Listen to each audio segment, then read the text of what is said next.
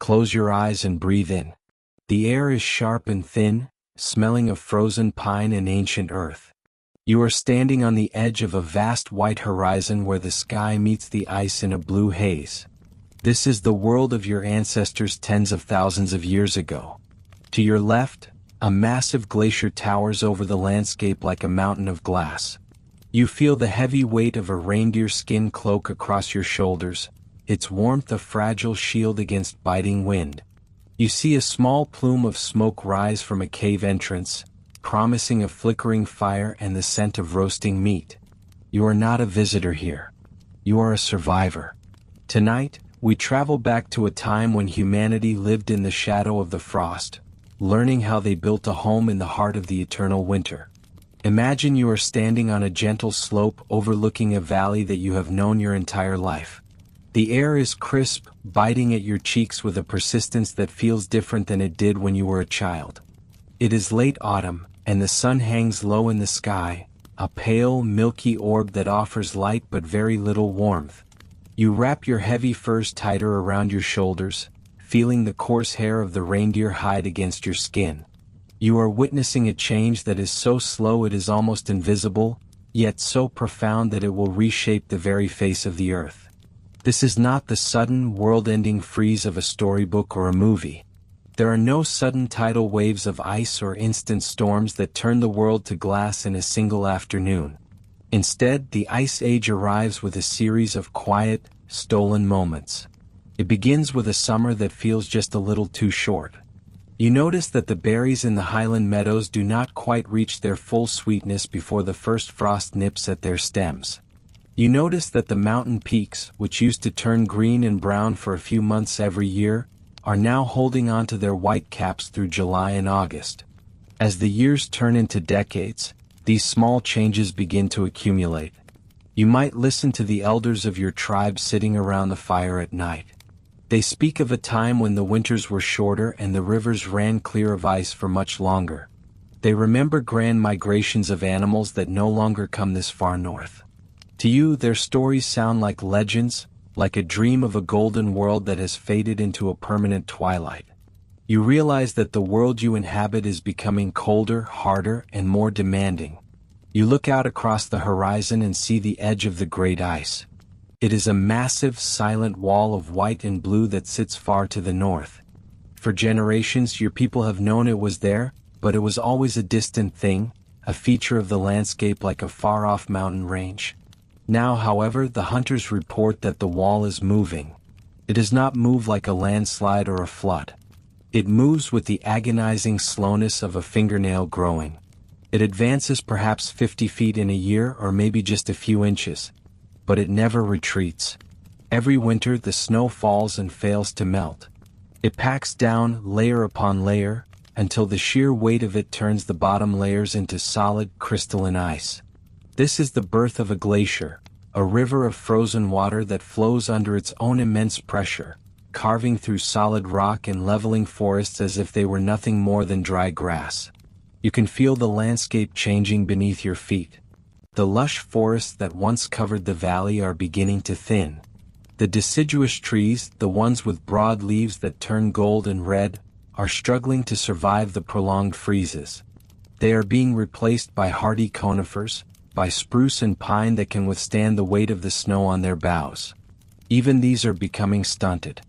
At the higher elevations, the trees give way to the tundra, a vast expanse of moss, lichen, and low shrubs.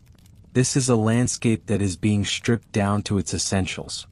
It is a world of browns, grays, and whites, where the only splashes of color come from the hardy wildflowers that bloom for a fleeting few weeks in the height of the sun. Why is this happening to your world? As a person of the ancient past, you might see it as the breath of a great spirit or the shifting moods of the earth itself. From our modern perspective, we understand that you are caught in the grip of the Milankovitch cycles.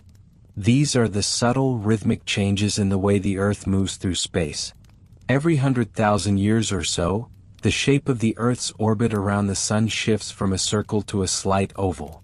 The tilt of the Earth on its axis wobbles, and the direction that the axis points changes over thousands of years. You do not need to know the science to feel the effect. You feel it in the way the sun seems to sit lower on the horizon even at noon. You feel it in the changing winds. The great cooling of the north has altered the very breath of the planet. Cold, dry air now rushes down from the ice sheets, pushing away the moisture that once brought rain to the valleys. The world is becoming drier. The great forests are turning into steppes, vast open grasslands that stretch as far as the eye can see. While the change is slow, it is also relentless. You see it in the behavior of the animals. The red deer and the wild boar, creatures that love the deep woods, are moving further south, seeking the warmth and the shelter of the remaining trees. In their place come the giants of the frost. You see the first herds of woolly mammoths appearing on the horizon. They are magnificent, lumbering mountains of fur and bone, their long, curved tusks used to sweep away the snow so they can reach the dry grass beneath. You see the woolly rhinoceros and the herds of reindeer that move in thousands, their hooves sounding like distant thunder against the frozen ground. This shifting of the animal kingdom is your primary signal that the old ways of living must change. Your ancestors may have been able to stay in one place for much of the year, gathering nuts and fruits and hunting small game. But now, survival means movement. You must become a shadow of the herds. When the reindeer move south for the winter, you must follow them. When the mammoths migrate toward the summer meltwater, you are there, trailing behind them. Your life is no longer tied to a specific piece of land, but to the rhythm of the ice and the creatures that thrive upon it. You notice that the very light of the world has changed. The atmosphere is dustier now, filled with the silt ground up by the advancing glaciers. This dust catches the light of the setting sun, creating vibrant, bruised purples and deep oranges in the sky that linger for hours. The nights are longer and more profound. The stars seem to burn with a cold, piercing intensity that you never noticed before. And sometimes the sky itself comes alive with the northern lights, curtains of green and violet fire that dance above the ice, reflecting off the white expanses below. It is a beautiful world, but it is a world that has no mercy for the unprepared. As you walk back toward your camp, you see the smoke rising from the hearths. The smell of burning wood and roasting fat is the smell of survival. Inside the shelters, the air is thick and warm, a stark contrast to the growing chill outside. You realize that your people have been learning. You have learned how to sew clothes that trap the heat of your body. You have learned how to store food in the natural freezers of the permafrost. You have learned how to read the clouds to know when a blizzard is coming. The descent of the frost has not been a sudden disaster, but a long, slow education. It has stripped away the luxuries of the warmer times and forced a new kind of ingenuity. You are not just surviving in the ice age. You are becoming a part of it. The landscape is no longer an enemy to be feared, but a home to be understood. The ice is a sculptor, the wind is a teacher, and the cold is a constant companion that reminds you every day of the strength of your own spirit. You sit down by the fire and feel the heat seep into your bones. Outside, the wind howls through the valley, carrying the scent of the great glaciers that lie just over the horizon. The world is turning white, and the long winter has only just begun. But you are ready. You have the wisdom of your elders, the strength of your hands, and the warmth of the fire. The ice may take the forests and the rivers, but it cannot take the will to endure. You look at the faces of your family, illuminated by the flickering flames, and you know that as long as the fire burns, you will find a way to thrive in the heart of the eternal winter. The slow descent of the frost has changed the world, but it has also changed you, making you resilient, patient, and wise. This is the beginning of a new era, a time when humanity and the ice will walk hand in hand through the long frozen centuries. You find yourself standing on a gentle rise, overlooking a world that feels both familiar and entirely alien. The first thing you notice is the air. It does not just sit around you. It has a weight, a crystalline clarity that makes every distant ridge and valley look sharp enough to touch. This is the Pleistocene, a world defined by the long, slow breath of the ice. But as you look out across the horizon, you see that this is not a wasteland of white. Instead, it is a tapestry of gold, brown, and deep, muted greens. This is the mammoth steppe, a biome that no longer exists on our modern Earth, a vast, productive grassland that once stretched from the Atlantic coast of Europe across the breadth of Asia and all the way to the edges of the Americas. Take a moment to breathe in that air. It is cold, yes, but it is also incredibly dry. It carries the scent of sage, crushed wild herbs, and the faint, earthy musk of large animals nearby. There is no smog here, no exhaust from engines, no hum of electricity. There is only the wind. It is a constant companion, a low, steady whistle that moves through the dry grasses, making them shimmer like the surface of a golden sea. As you stand there, you begin to realize that the scale of this landscape is far larger than anything you have ever experienced. Without buildings or roads to provide a sense of proportion, the sky feels like an infinite dome of pale blue, and the horizon seems to be hundreds of miles away. Now look down at your feet. The ground is firm even though the sun is shining. This is the permafrost, a layer of soil that remains frozen year-round, just a few inches below the surface. In the summer months, the very top layer thaws, creating a vibrant but short-lived world of low-lying plants. You see carpets of moss and hardy lichens that cling to the rocks like colorful spills of orange and gray paint. There are dwarf willows and birches, trees that in our world would stand tall and proud, but here they have adapted to the wind by hugging the ground, growing more like sprawling shrubs than upright timber. Small, hardy flowers, like the Arctic poppy, nod their heads in the breeze, their yellow petals surprisingly bright against the muted tones of the earth. As you walk forward, the grass crunches softly beneath your boots.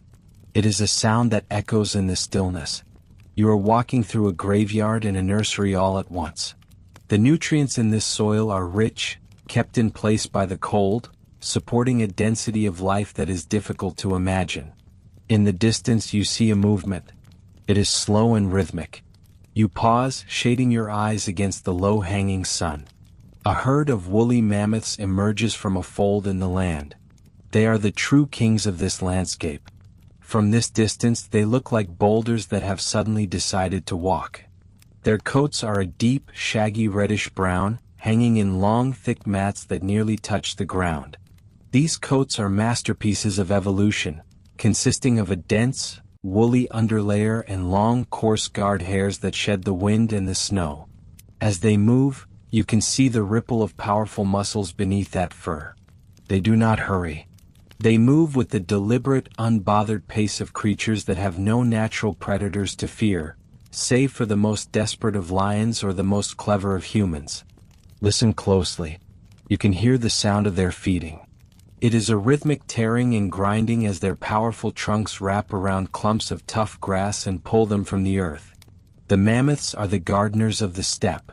By trampling the snow and grazing the tall grasses, they prevent the encroachment of forests and keep the grasslands healthy and productive. Without them, this entire ecosystem would collapse. They are the architects of the world you see before you. You watch as a younger mammoth, perhaps only a few years old, trots to keep up with its mother. It is smaller and its tusks are only just beginning to curve out from its jaw, but it already possesses that same look of ancient wisdom. Their tusks are magnificent, sweeping curves of ivory that they use like snow shovels to clear the ground during the long winters. In the sunlight, the ivory gleams with a soft, creamy light, a stark contrast to the dark fur. As the mammoths move away, you notice other shadows moving on the periphery of your vision. To your left, a small group of reindeer trots by, their hooves making a distinctive clicking sound as they walk. Their antlers are velvet and huge, looking almost too heavy for their slender necks. They are nervous creatures, their ears constantly twitching, catching the sounds of the wind that you might miss. They represent the restless energy of the Pleistocene, always moving, always migrating in search of the next patch of lichen or the next safe valley. Further off, near a small, clear stream fed by glacial meltwater, you see a woolly rhinoceros. It is a solitary creature looking like a prehistoric tank. Its two horns, the front one long and blade-like, are held low to the ground as it huffs through the grass. It is built for endurance rather than speed, a heavy, powerful presence that commands respect from every other creature on the plane. The sun begins to dip lower and the shadows grow long. In this world, the golden hour is not just a brief moment, but a prolonged period of shifting light and deepening color. The sky transitions from pale blue to a bruised purple, then to a fiery orange near the horizon where the sun meets the edge of the ice sheets. The ice sheets themselves are invisible from where you stand, but you can feel their presence. They are the great white walls that sit at the top and bottom of the world, locking away the moisture of the planet and dictating the weather patterns that sweep across these plains. They are the reason for the dryness, the reason for the wind, and the reason for the unique beauty of this landscape. As the light fades, you feel a shift in the atmosphere. The world becomes quieter, more secretive. The large herds begin to settle for the night, seeking the shelter of low valleys or the lee side of large rock formations. You too feel the need for shelter. The temperature is dropping rapidly now that the sun is no longer warming the surface. You pull your cloak tighter around your shoulders. It is made of thick animal hide, heavy and warm, smelling of wood smoke and old leather. This is your first real connection to the humans who inhabit this world. Look toward the base of a nearby limestone cliff. You see a tiny flickering point of light. It is a fire. It is a small thing, a mere spark in the face of the vast, darkening steppe, but it is the center of the human universe. That fire represents warmth, food, and safety. It represents the ability of a fragile, hairless primate to survive and even thrive in a world of giants and ice. As you walk toward the fire, the sounds of the day are replaced by the sounds of the night. You hear the far-off howl of a cave lion, a deep, resonant sound that seems to vibrate in your very bones. It is not a sound of malice, but a simple statement of presence. The wolves answer from a different direction, their voices rising and falling in a complex, haunting harmony. This is the music of the Pleistocene, a symphony of predators and prey that has played out for thousands of generations. You reach the edge of the campsite. The ground here is worn smooth by the passage of many feet. There are piles of discarded bones, the remnants of past meals, and a few large stones arranged in a circle around the hearth. The fire itself is fed by dried animal dung and small twigs of willow, producing a pungent, steady smoke that keeps the insects away and provides a comforting barrier against the encroaching dark. You sit down near the heat, feeling the warmth seep back into your chilled fingers. You look out into the darkness beyond the circle of light. You cannot see the mammoths anymore, nor the rhinoceros, nor the vast stretches of golden grass. But you know they are there. You can feel the heartbeat of the land, the slow, rhythmic pulse of a world that is ancient and enduring. The shadows cast by the fire dance against the rock walls of the cliff behind you. For a moment, it looks as though the animals you saw earlier are moving again, flickering in and out of existence in the play of light and dark. This is the world of the Pleistocene. It is a world of harsh beauty and immense scale, a landscape of shadows and light where every living thing is a part of a grand, frozen design. You are not just an observer here. You are a participant in this long, cold story, a witness to the resilience of life in the shadow of the ice. You close your eyes and the sound of the wind becomes a lullaby, whispering the secrets of the steppe into the quiet of the night. The stars above are brighter than you have ever seen them, millions of tiny diamonds scattered across a velvet sky, watching over the sleeping giants and the small, flickering fires of humanity. Here, in the heart of the Ice Age, there is a profound sense of peace. The world is at rest, waiting for the first light of dawn to once again illuminate the golden grasses of the great steppe. You find yourself standing at the threshold of a dwelling that is far more sophisticated than a simple pile of stones or a hollow in the earth. The air outside is a sharp, biting cold that catches in your throat, but as you step through the heavy curtain of reindeer hides, the world changes instantly. You have entered the sanctuary of the perpetual hearth. This is the central heart of human existence during the long winter of the world. In here, the atmosphere is thick with the scent of resin, charred wood, and the heavy, earthy musk of animal furs. You feel the immediate relief as the temperature rises, wrapping around you like a heavy blanket. You move toward the center of the space. The floor is covered in layers of soft, dried grasses and the thick, insulated pelts of bison and mammoth. Your footsteps are silent. You take your place on a low seat of stone, polished smooth by generations of use. In front of you lies the hearth. It is not merely a fire, but a carefully engineered masterpiece of survival. You watch as the flickering orange light dances across the walls of the shelter, casting long, soft shadows that stretch and shrink in a rhythmic pulse. To understand how you survive here, you must understand the fire. In this era, fire is not something you take for granted. It is a living thing that must be fed, protected, and respected. You look closely at the embers. They do not glow with the bright, frantic yellow of a fresh forest fire. Instead, they pulse with a deep, concentrated crimson. This is a bonfire. In a landscape where trees are scarce and the tundra stretches for thousands of miles in every direction, your ancestors learned a remarkable secret. They learned that the bones of the great beasts they hunted, rich with marrow and fats, could burn with an intensity and a longevity that could never match. You see the way the bones have been stacked. The larger leg bones of a mammoth form a structural base, acting like logs. Between them, smaller fragments and dried dung are tucked to catch the heat. The marrow within the bone acts as a natural fuel, a slow release of energy that keeps the core of the hearth at a steady, searing temperature for hours on end. You reach out your hands, not too close but just enough to feel the radiant heat soaking into your skin. It reaches deep into your joints, thawing the chill that the Arctic wind left behind. You notice a set of tools resting near your feet. These are the instruments of the firekeeper. There is a bow drill, a simple yet profound piece of technology. You imagine the motion required to use it, the steady rhythmic back and forth of the bow string spinning a wooden spindle against a hearth board. You can almost feel the friction, the growing heat, and the smell of scorching wood as a tiny fragile spark is born. It requires patience and a deep knowledge of the materials. You would use a pinch of dried tinder fungus, perhaps gathered from a birch tree miles away, to catch that spark. You would nurture it with your breath, a gentle, steady stream of air, until the tiny glow grew into a flame. But you do not need to start a fire today.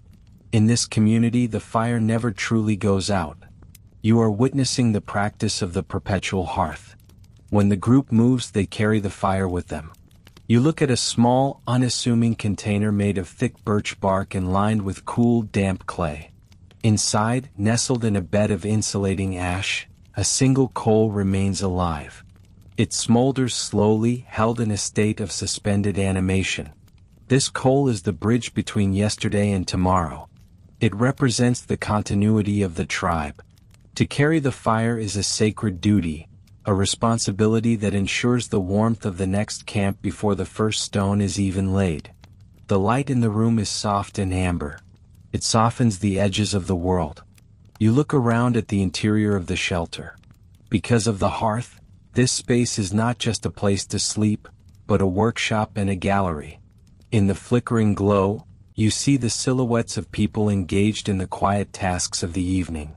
One person is meticulously pressure flaking a piece of translucent flint, the small clicks of stone on stone providing a percussive rhythm to the crackle of the fire.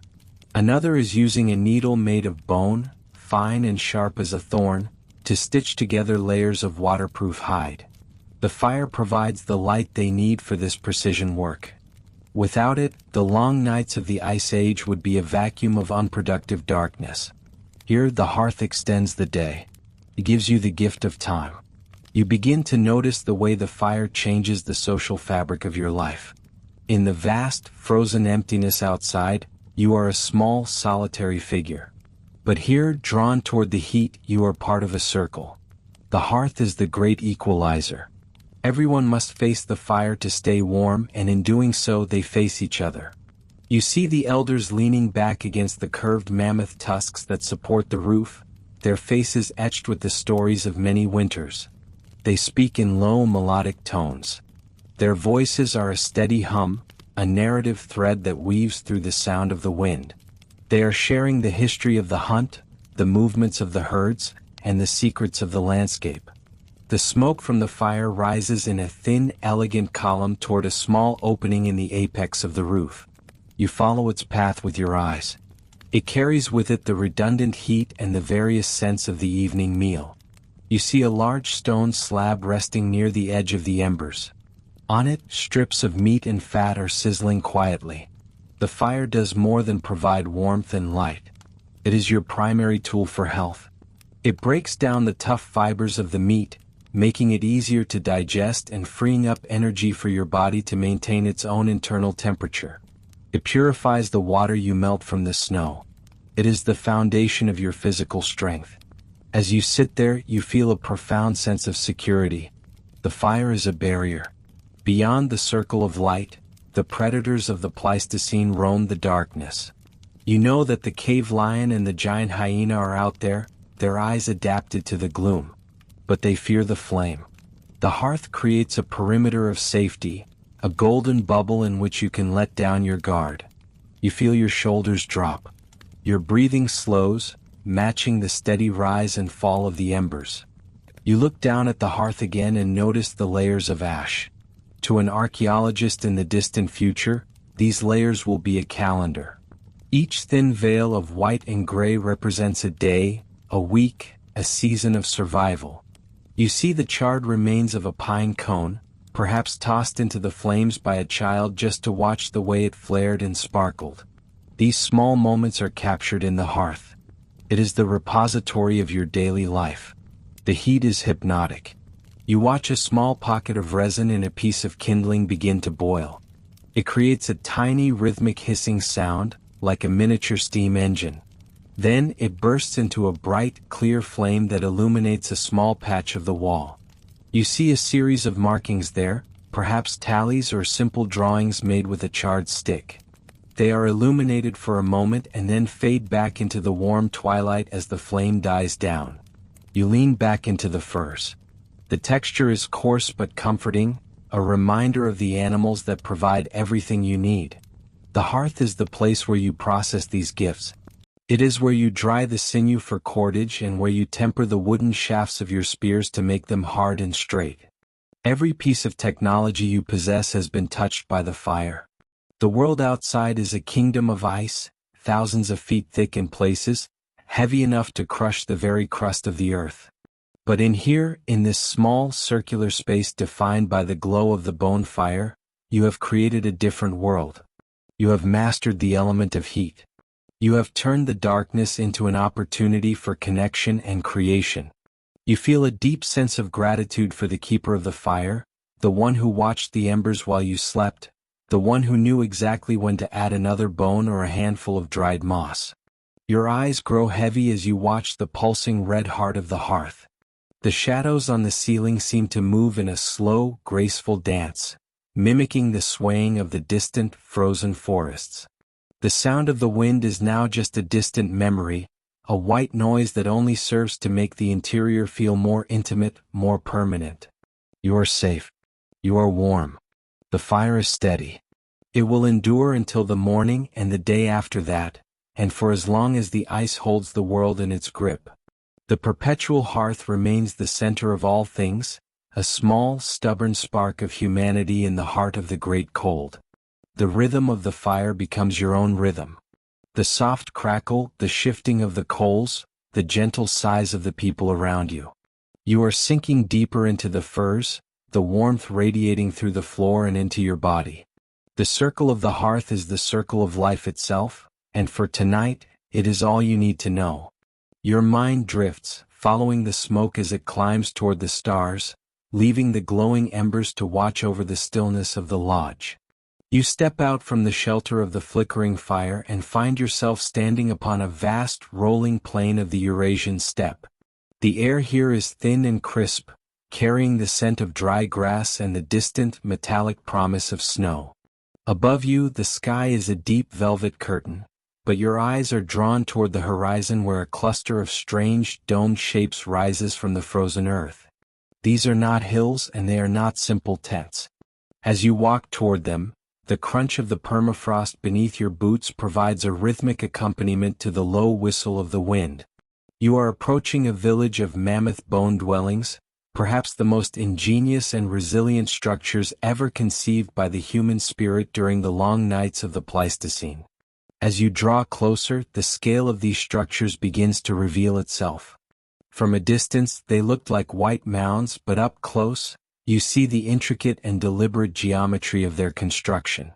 You realize that you are looking at the remains of the most formidable creature to ever roam these plains, repurposed into a sanctuary for life. You stop before the largest dwelling, and your eyes trace the foundation. To stabilize a home against the ferocious winds of the Ice Age, these ancient builders did not use wood or stone, which were scarce in this treeless tundra. Instead, they used the massive, heavy skulls of mammoths. You see them now, dozens of them, buried chin-deep in the frozen soil to create a circular base that can never be shifted by the gale. The empty eye sockets of the great beasts face outward, creating a silent, stoic perimeter that anchors the home to the very crust of the world. You reach out and place your hand on one of the skulls. The bone is cold and textured like weathered stone, pitted by the elements but still incredibly dense and strong. You follow the line of the wall upward and notice something remarkable. Above the foundation of skulls, the ancient architects have stacked hundreds of mammoth jawbones. They are not merely piled in a heap. They are arranged in a beautiful, interlocking herringbone pattern, each curved mandible fitting into the next like the teeth of a zipper. This design is not just for aesthetics.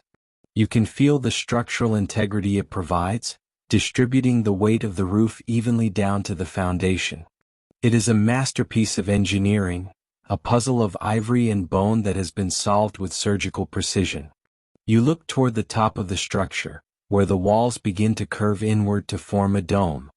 Here, the long, sweeping tusks of the mammoth come into play. You see how the builders have taken the primary tusks, some reaching lengths of 10 or 12 feet, and arched them over the central space. They meet at the apex, tied together with strips of wet leather that have dried and tightened into bindings as strong as iron. These tusks act like the ribs of a great ship, providing a flexible yet sturdy framework that can support an immense amount of weight. You marvel at the sheer number of animals represented here. You realize that to build just this one dwelling, the community had to collect the remains of nearly 100 mammoths. This was not the work of a few days or even a few weeks. It was a generational project, a collection of history and bone gathered from the landscape over many years. The wind picks up, sending a swirl of fine snow dancing across the ground, but as you move toward the entrance of the dwelling, the air grows still. The entrance is framed by two massive tusks that curve toward each other, creating an elegant, pointed archway. Over this framework, thick layers of mammoth and reindeer hides have been draped. You reach out to touch the heavy pelt that serves as a door. It is thick and coarse, still carrying the faint, earthy smell of the wild. As you push the heavy hide aside and step through the threshold, the world of the freezing wind vanishes. Inside, the atmosphere is heavy and warm. The transition is so sudden that it takes a moment for your eyes to adjust to the dim, golden light. In the center of the circular room, a small, controlled fire burns in a stone-lined hearth. It does not roar with wood, for there are no trees here. Instead, it glows with the steady, intense heat of dried bone and animal fat. You take a seat on a low bench covered in soft furs, and you feel the insulation of the walls. Outside, the temperature might be 40 degrees below zero, but in here, the thick bone walls and the layers of heavy hides trap every bit of warmth. The walls are lined with additional skins, creating a soft, padded interior that muffles all sound. The howling of the wind is reduced to a distant, rhythmic hum, like the sound of the ocean inside a shell.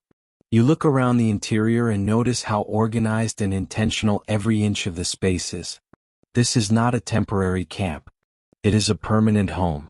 Along the inner perimeter of the bone walls, there are recessed areas used for storage and sleeping.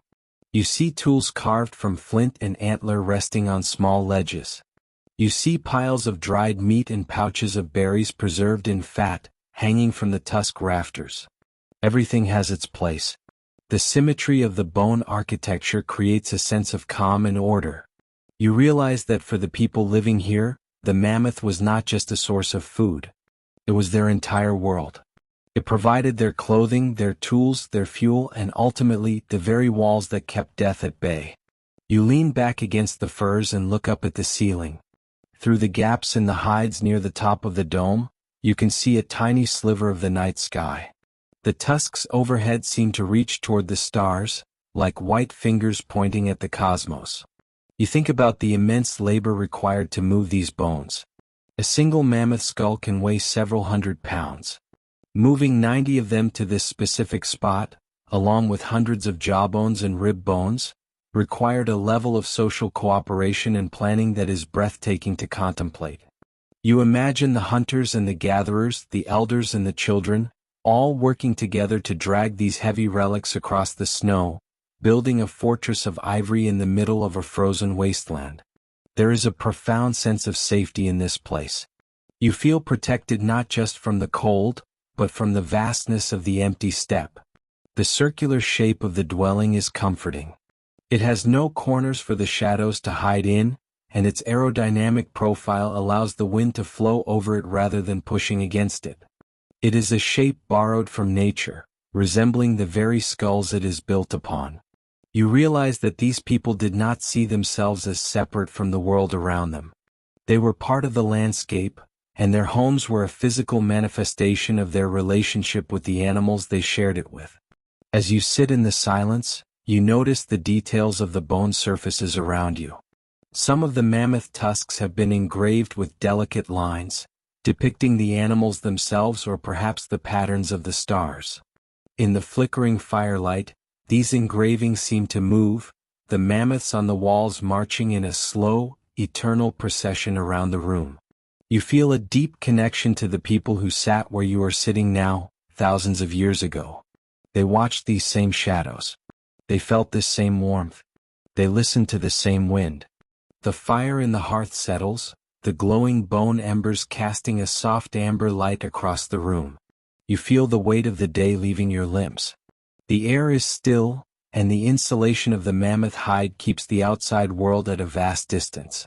You are wrapped in the protection of a creature that has been gone for millennia, yet its strength still provides a haven. You close your eyes, the gentle warmth of the fat lamp and the steady breath of the hearth lulling you into a state of deep peace. The architecture of bone and hide is not just a feat of survival. It is a testament to the idea that even in the harshest, most unforgiving environments, there is a place for beauty, for community, and for home. You let the silence of the dome envelop you, the strength of the ancient earth and the ancient bone holding you in a safe, quiet embrace as the night continues its long frozen march across the steppe. Your breathing slows, matching the steady pulse of the hidden earth beneath the floor, and you drift deeper into the stillness of this ivory sanctuary. You find your focus shifting from the flickering flames to the small, precise movements of your hands. In the soft glow of the hearth, a tiny object catches the light, reflecting a pale ivory sheen. It is a needle, no longer than your pinky finger, carved with immense patience from the dense bone of a reindeer or the ivory of a mammoth. You hold it between your thumb and forefinger, feeling its polished surface. It is remarkably smooth, the result of hours of rubbing against fine-grained sandstone and water until every burr and snag was removed. This small tool, so delicate and seemingly fragile, is perhaps the most important piece of technology in your world. Without it, the bitter winds of the mammoth steppe would find every gap in your defenses, but with it, you are the master of your own climate. You pick up a length of thread, though it is not thread as you might think of it in a modern sense. This is sinew pulled from the long tendons of a bison. It has been dried, pounded until the fibers separated, and then twisted together with a gentle roll against your thigh. It is incredibly strong, far tougher than any cotton or wool could ever be. As you moisten the end of the sinew to pull it through the tiny eye of the needle, you appreciate the craftsmanship required to pierce that hole. It was done with a microlith, a tiny needle-sharp stone drill turned between the palms. One wrong move would have snapped the bone, but this needle is perfect. You reach for the pieces of hide resting in your lap. They are soft and supple, having been scraped clean of every bit of fat and then cured with a mixture of smoke and oils. This leather does not feel like the stiff, cold material of a heavy boot. Feels like a second skin, warm and breathable. You align the edges of two pieces of fox fur, the thick, white winter coat facing inward to trap the heat against your body. This is the secret to surviving the deep freeze. It is not just about wearing a heavy rug over your shoulders. It is about the fit. It is about the seal. You begin the work. You use a small stone awl first, a pointed tool that pre-punches a tiny hole through the layers of hide. The leather resists for a heartbeat before the point slides through with a satisfying, muffled pop. Then you follow with the bone needle. It glides through the pre-made hole, carrying the sinew with it. You pull the stitch tight and you feel the two pieces of hide bond together. There is a rhythm to it. Punch, slide, pull. Punch, slide, pull.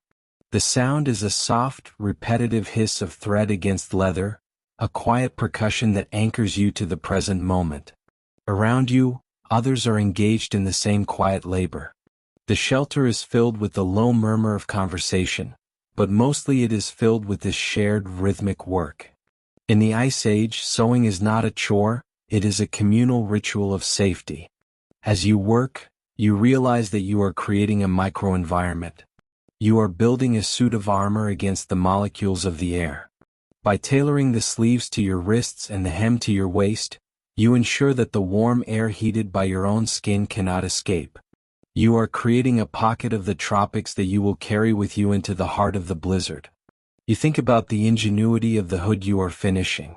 It is designed to be deep, lined with the long, stiff guard hairs of a wolverine.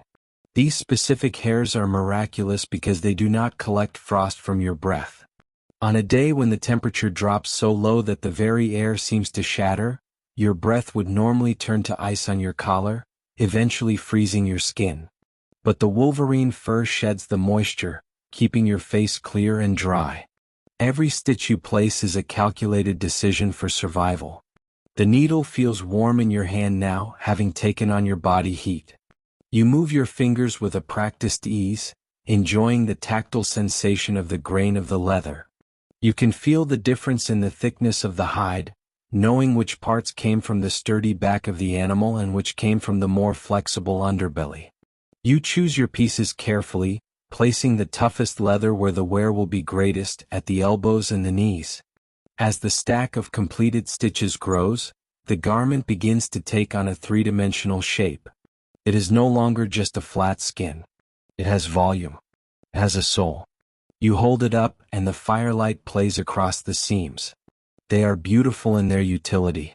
Some of the elders in the camp have begun to add decorations to their work, sewing small beads carved from mammoth ivory or the teeth of Arctic foxes along the seams. These are not just for beauty, though they are beautiful. They give the garment weight, helping it to hang correctly, and they tell a story of the hunter who provided the materials and the maker who bound them together. The repetitive motion begins to lull you into a state of deep calm. The world outside the ivory walls of the dwelling is vast, white, and indifferent. The winds may howl across the permafrost, and the great glaciers may grind the mountains into dust. But here, within the circle of the fire, the world is reduced to the space between your hands. The needle moves up and down, a tiny silver-white flash against the dark tan of the hide. You think of how this skill has been passed down through thousands of generations. You are part of a long line of makers who refuse to be conquered by the cold. Before the needle, humans were restricted to the warmer latitudes, clinging to the sun. But the invention of the eye-pointed needle changed everything. It was the key that unlocked the north. It allowed your ancestors to follow the herds into the heart of the frost, to live where the mammoth and the woolly rhinoceros roam. It turned the most hostile environment on Earth into a home. Your shoulders relax as you lean back against a pile of soft furs. The air in the shelter is thick with the scent of dried herbs, wood smoke, and the earthy musk of the hides. It is a comforting smell, the smell of a species that has learned to thrive. You pull the thread one last time for this seam, knotting it firmly with a practiced flick of your wrist. You trim the excess sinew with a sharp flake of flint, the stone edge slicing through the tough fiber as if it were nothing. You run your hand over the finished seam. It is flat and strong, designed to sit comfortably against the body without chafing. In the silence of the dwelling, you can hear the faint scratching of other needles, the soft rustle of clothing being shifted, and the occasional crackle of a log shifting in the hearth. It is a symphony of domesticity. This is the true heart of the Ice Age. It is not just the hunt or the migration. It is these long hours of quiet preparation. It is the foresight to know that the winter is long and the patience to meet it with one stitch at a time. You pick up a new piece of leather, a soft bit of fawn skin intended for a pair of mittens. You feel the plush fur on the inside, imagining how it will feel against your hands when you have to reach into the snow or grip the cold shaft of a spear. The work is meditative. Each hole you punch with the awl is an act of intention. You are not just making clothing. You are weaving the fabric of your society. You are ensuring that when the sun rises tomorrow over the white horizon, you will be ready to meet it. The needle continues its work, a steady rhythmic dance. Your eyelids feel heavy, synchronized with the slow, methodical pace of your hands. The firelight seems to pulse in time with your breathing. The shadows on the walls of the shelter dance softly, mimicking the movement of the mammoth and the deer outside, but here, everything is still. The bone needle, polished and sharp, is your anchor. It connects you to the earth, to the animals, and to the people sitting beside you. You feel a profound sense of peace in this simple ancient task. The cold may be infinite, but your capacity to create warmth is boundless. You take a deep breath, the cool air from the entrance mixing with the warmth of the fire, and you continue the rhythmic work, stitch by stitch, into the quiet heart of the night. The weight of the furs in your lap is a comforting pressure, a physical reminder of the protection you are building. Each movement of your wrist is efficient, born of a knowledge that has no need for words. You are part of the landscape, as much a part of this frozen world as the ice itself, yet you are the flame at its center. The needle clicks softly against a bead, a tiny sound that feels like a bell in the stillness. You close your eyes for a second, feeling the texture of the sinew between your fingers, before opening them again to guide the point through the next mark. The work goes on, steady and sure, a golden thread of human persistence running through the long, dark winter. The air you breathe is so cold it feels sharp, almost like a thin blade of ice against the back of your throat. You pull your furs tighter around your neck, feeling the coarse hair of a reindeer hide brush against your chin. You are standing on the edge of a world that seems to have no end. Before you, the land stretches out in an infinite roll of silver, white, and pale gold. This is the Mammoth Steppe, a vast kingdom of frozen grass and bitter winds that dominates the heart of the northern hemisphere. You are not a visitor here. You are a traveler on a journey that began long before you were born and will continue long after you are gone. You take a step forward and the frozen earth crunches beneath your boots. The sound is loud in the immense silence of the morning, a rhythmic snap of grass stems and dry soil. You are not walking alone. Around you, the members of your small community move with a practiced, steady gait. There is no rush, for the journey is long, and energy is a precious resource that must be spent wisely. You look to your left and see the elders, their faces etched with lines like the cracked riverbeds you crossed weeks ago.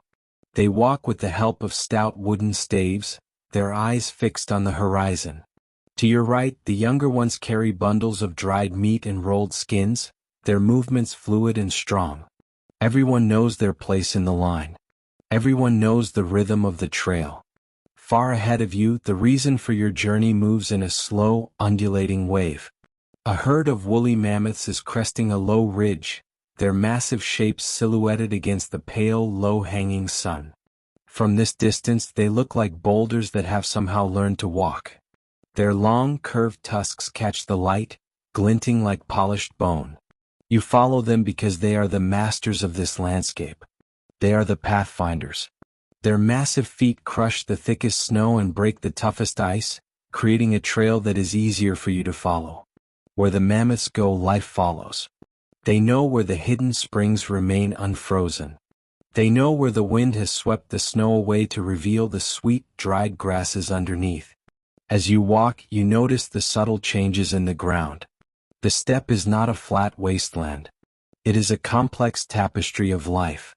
You see the deep, circular depressions left by the mammoth feet, each one a small basin in the earth. In some of them, the wind has deposited seeds and fine dust. You see the tracks of the giant deer, their hoof prints sharp and clear in the frozen mud. There are the smaller, frantic prints of foxes and hares, weaving in and out of the larger trails. You realize that you are walking on a highway of ancient design. This trail has been trodden by millions of hooves and feet over thousands of years. The earth remembers the weight of the herds. The very shape of the land has been molded by this constant, seasonal movement. The sun remains low, never quite climbing high enough to provide warmth, but casting long, dramatic shadows that stretch across the plains. These shadows turn the world into a study of blue and gray. You watch your own shadow dancing beside you, a long and distorted figure that seems to reach out toward the horizon. The wind picks up, whistling through the tall, yellowed stalks of steppe grass. It carries the scent of the herd, a heavy, musky smell of damp fur, ancient dust, and the wild, sharp tang of the high tundra. It is a smell that means survival. It means you are still on the right path. You think about the weight you carry. On your back, a frame of bone and wood supports a heavy pack. Inside are the tools of your life. There are scrapers made of flint, needles carved from bird bone, and a precious hearth coal wrapped in layers of damp moss and leather, tucked deep inside a hollowed horn. This coal is a piece of the sun carried from your last camp to the next. It is the heartbeat of your family. You can feel the slight heat of the pack against your spine, a reminder that even in this land of ice, humans carry the fire with them. The movement of the group is hypnotic. You find yourself matching your breathing to the pace of your steps. And out. Step, step. The cold air fills your lungs and leaves as a ghostly puff of white vapor. You watch the vapor vanish into the wind, a tiny part of yourself merging with the atmosphere. There is a strange peace in this constant motion. The worries of the stationary world fall away. There are no walls here, no permanent markers of ownership. There is only the trail and the horizon. You are a part of the migration, a single leaf in a great, slow-moving river of life. By midday, the light has turned a brilliant, icy silver. You stop for a brief moment to drink from a skin bag, the water tasting of the mountain spring where it was gathered. You look back and see how far you have come. Your tracks stretch back until they are lost in the haze of the distance. You feel a sense of profound scale. You are a small creature in a massive world, yet you are traversing it. You are crossing continents on foot, guided by the stars, the wind, and the behavior of the beasts. The mammoth herd ahead begins to slow. They have reached a wide, shallow valley where the grass grows thick and the wind is blocked by a series of low, stony hills. You watch as the great matriarch of the herd stops and begins to scrape at the snow with her foot, uncovering a patch of deep green moss. The other mammoths join her, their trunks curling and grasping at the vegetation. This will be your resting place for the night. The animals have decided, and you trust their ancient wisdom. You and your people begin the work of making camp. It is a practiced, silent ballet. Some move to gather the dry dung of the mammoths, which burns with a steady, smokeless heat. Others begin to unpack the leather tents, stretching them over frames of mammoth ribs that were carried along or found cached from a previous year. You work with your hands, feeling the familiar textures of stone and hide. The ground is hard, but it is solid. You feel a deep connection to the earth beneath you.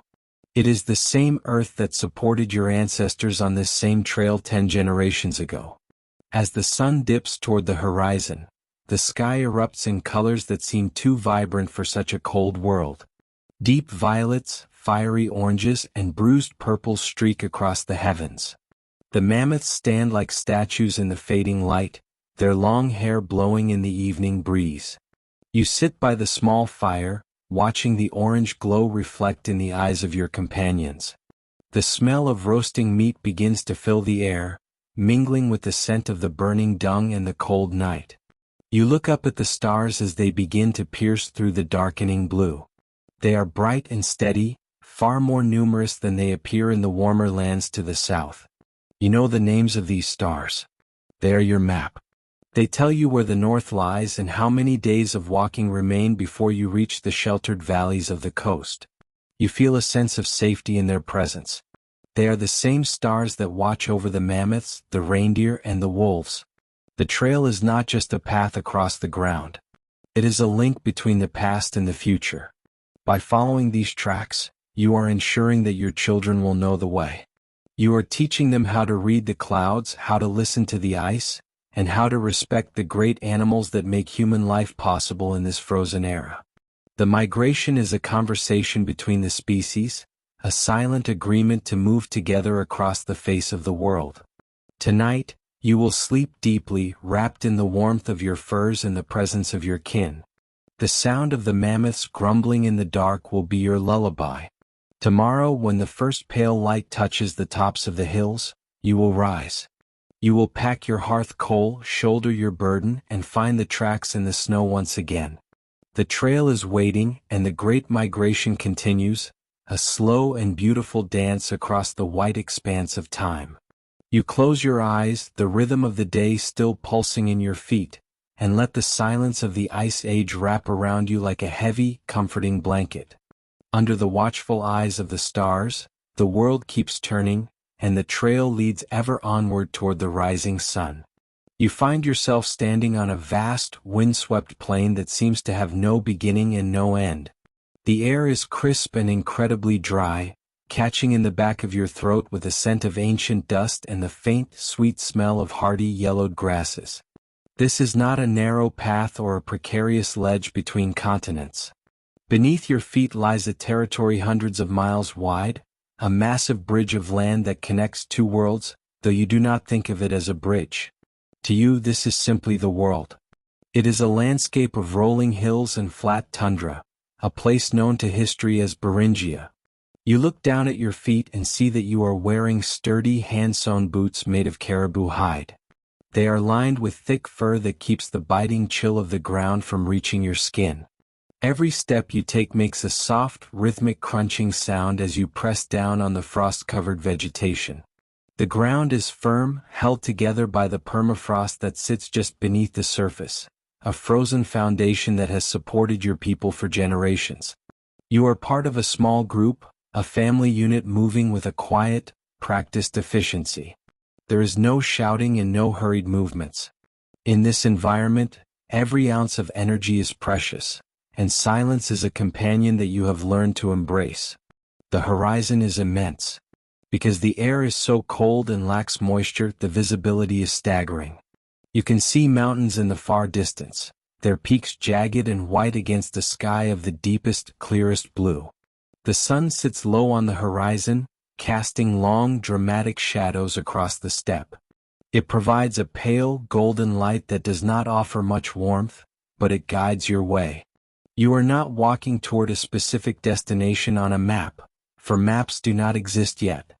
You are simply following the rhythm of the earth and the movement of the animals that sustain you. To your left, a great herd of woolly mammoths moves across the plain. They are like slow, living mountains of reddish-brown fur. You hear the low, resonant thrum of their footsteps vibrating through the soles of your boots long before you hear the sound of their breath. They move with a heavy, swaying grace, their massive tusks curving toward the sky like ivory scythes. They are searching for the same thing you are, patches of grass and shrubs that have not been buried by the light, powdery snow.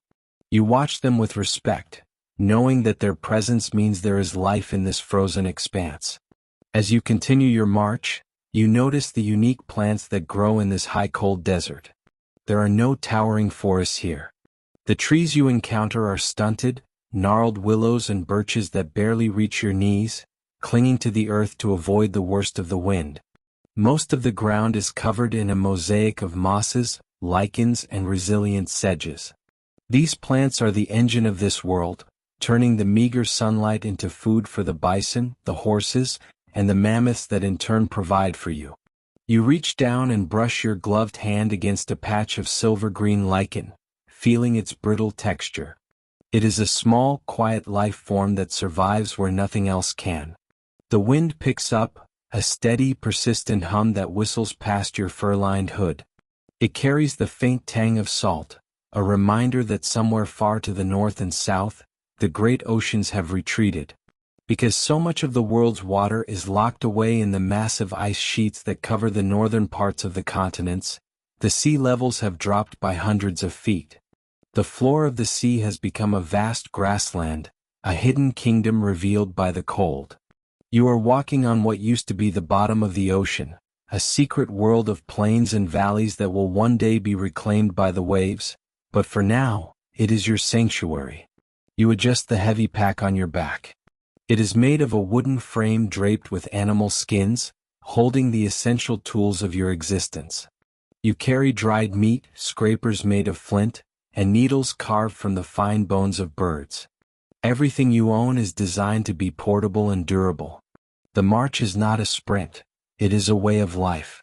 You might travel only a few miles in a day, stopping whenever you find a reliable source of fresh water or a place where the hunting looks promising. You are a nomad of the ice, a traveler in a world that requires constant movement to survive.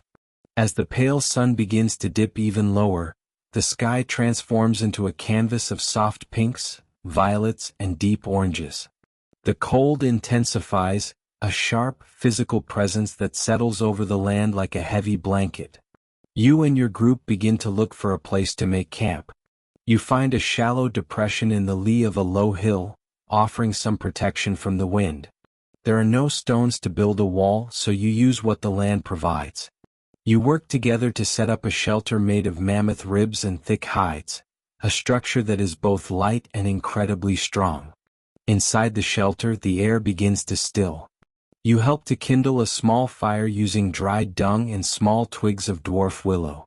The flame is tiny at first, a flickering orange spark in the gathering gloom, but it grows steadily, casting a warm, dancing light against the inner walls of the hide tent. This fire is the heart of your world. It provides the heat to thaw your frozen fingers and the means to cook a simple meal.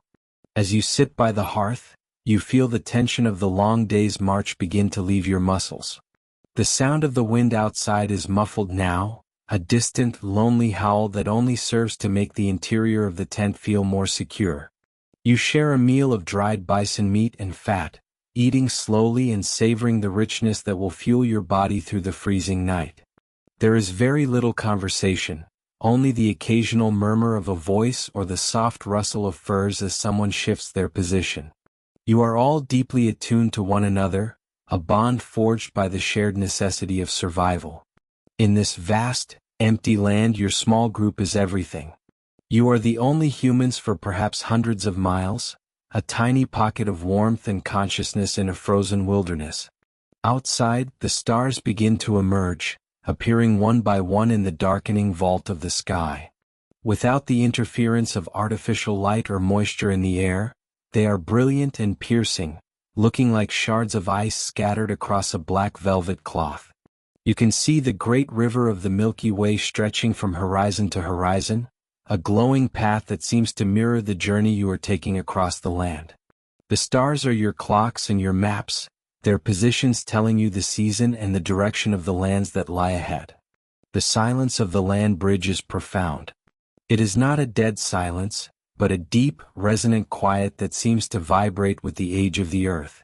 Occasionally, you might hear the distant crack of a frozen lake or the far-off call of a wolf, a long, mournful sound that carries for miles over the flat terrain. These sounds do not feel threatening. They are simply the voices of the world you inhabit. You wrap yourself in a heavy robe made of muskox wool, feeling its incredible warmth and weight. The wool is long and coarse on the outside but incredibly soft and fine near the skin, a natural miracle of insulation.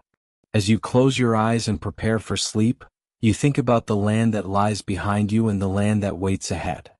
You do not have a name for the continent you are leaving, nor for the one you are slowly entering. To you, it is all one continuous journey, a long silent march across a world that feels eternal. You are a bridge between the past and the future, carrying the knowledge of your ancestors into a new and unknown territory. The Ice Age has reshaped the face of the planet, but it has also created this opportunity, this vast corridor of life that allows you to walk where no human has walked before. The fire fades to a bed of glowing red embers, and the chill of the night begins to creep into the edges of the tent. But you are warm beneath your layers of fur, your breathing slowing to match the rhythm of the wind outside. The land bridge holds you in its grasp, a wide and frozen cradle that supports your weight and protects your path. Tomorrow the sun will rise again, a pale gold coin on the eastern horizon, and you will stand up, pack your belongings and continue your quiet journey across the endless, golden steppe. The world is large and the walk is long, but you move with the steady, patient heart of a wanderer who is always at home. You find yourself sitting in a sheltered alcove, the entrance of a shallow cave that looks out over a valley painted in shades of iron and frost. The air is crisp, pulling the heat from your skin, but inside this small pocket of stone, the world feels still. You are not alone. Around you, the ground is littered with a peculiar kind of snow. It is not cold and white, but gray and black and translucent. These are the chips and flakes of 1,000 hours of labor. This is the workshop of the survivalist, a place where the raw bones of the earth are transformed into the teeth and claws that humanity was never born with. In your hands, you hold a heavy, rounded river stone, worn smooth by centuries of tumbling and cold currents. In your other hand you hold a nodule of flint. It is unremarkable to the untrained eye, looking like a dusty, lumpy potato found deep in the chalky soil. But you know what lies beneath that dull exterior. You know the secrets hidden within the heart of the stone. The work begins with a single, deliberate strike. You take a breath, feeling the cool air fill your lungs, and you bring the hammerstone down against the edge of the flint. There is a sharp, echoing crack that rings out through the quiet valley. It is a clean sound, a sound of purpose. A large flake shears off, falling to the ground with a delicate chime. Where the stone broke, the surface is now smooth, glassy, and incredibly sharp. You run your thumb near the edge, careful not to touch it directly, feeling the incredible potential of the material. This is the conchoidal fracture, the way these stones break in ripples, like a pebble dropped into a still pond. It is this predictable behavior that allows you to shape the stone, to bend the hard crust of the planet to your will. You continue the work, your movements rhythmic and patient. There is no hurry here.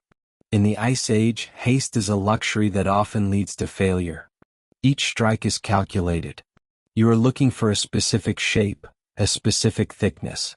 You use the hammerstone to strip away the outer layer, the rough skin of the flint known as the cortex. Beneath it, the stone is dark and rich, like the color of a storm cloud. As you work, a fine dust begins to coat your fingers. It is the smell of the deep earth, a dry mineral scent that reminds you of the immense age of the world you inhabit. You are touching something that was formed millions of years ago, long before the ice began its slow march across the continents. Now you set aside the heavy hammerstone. You reach for a smaller tool, a piece of seasoned reindeer antler that has been shaped into a blunt point. This is your tool for precision. You rest the edge of the flint against a pad of thick leather on your palm to protect your skin. With the antler, you apply steady, firm pressure to the very edge of the stone. You are no longer striking. You are pushing. With a small, satisfying snap, a tiny needle-like sliver of flint pops away. This is pressure flaking. It is a slow and meditative process. You move along the edge, tooth by tooth, serrating the blade, thinning the profile, and refining the point.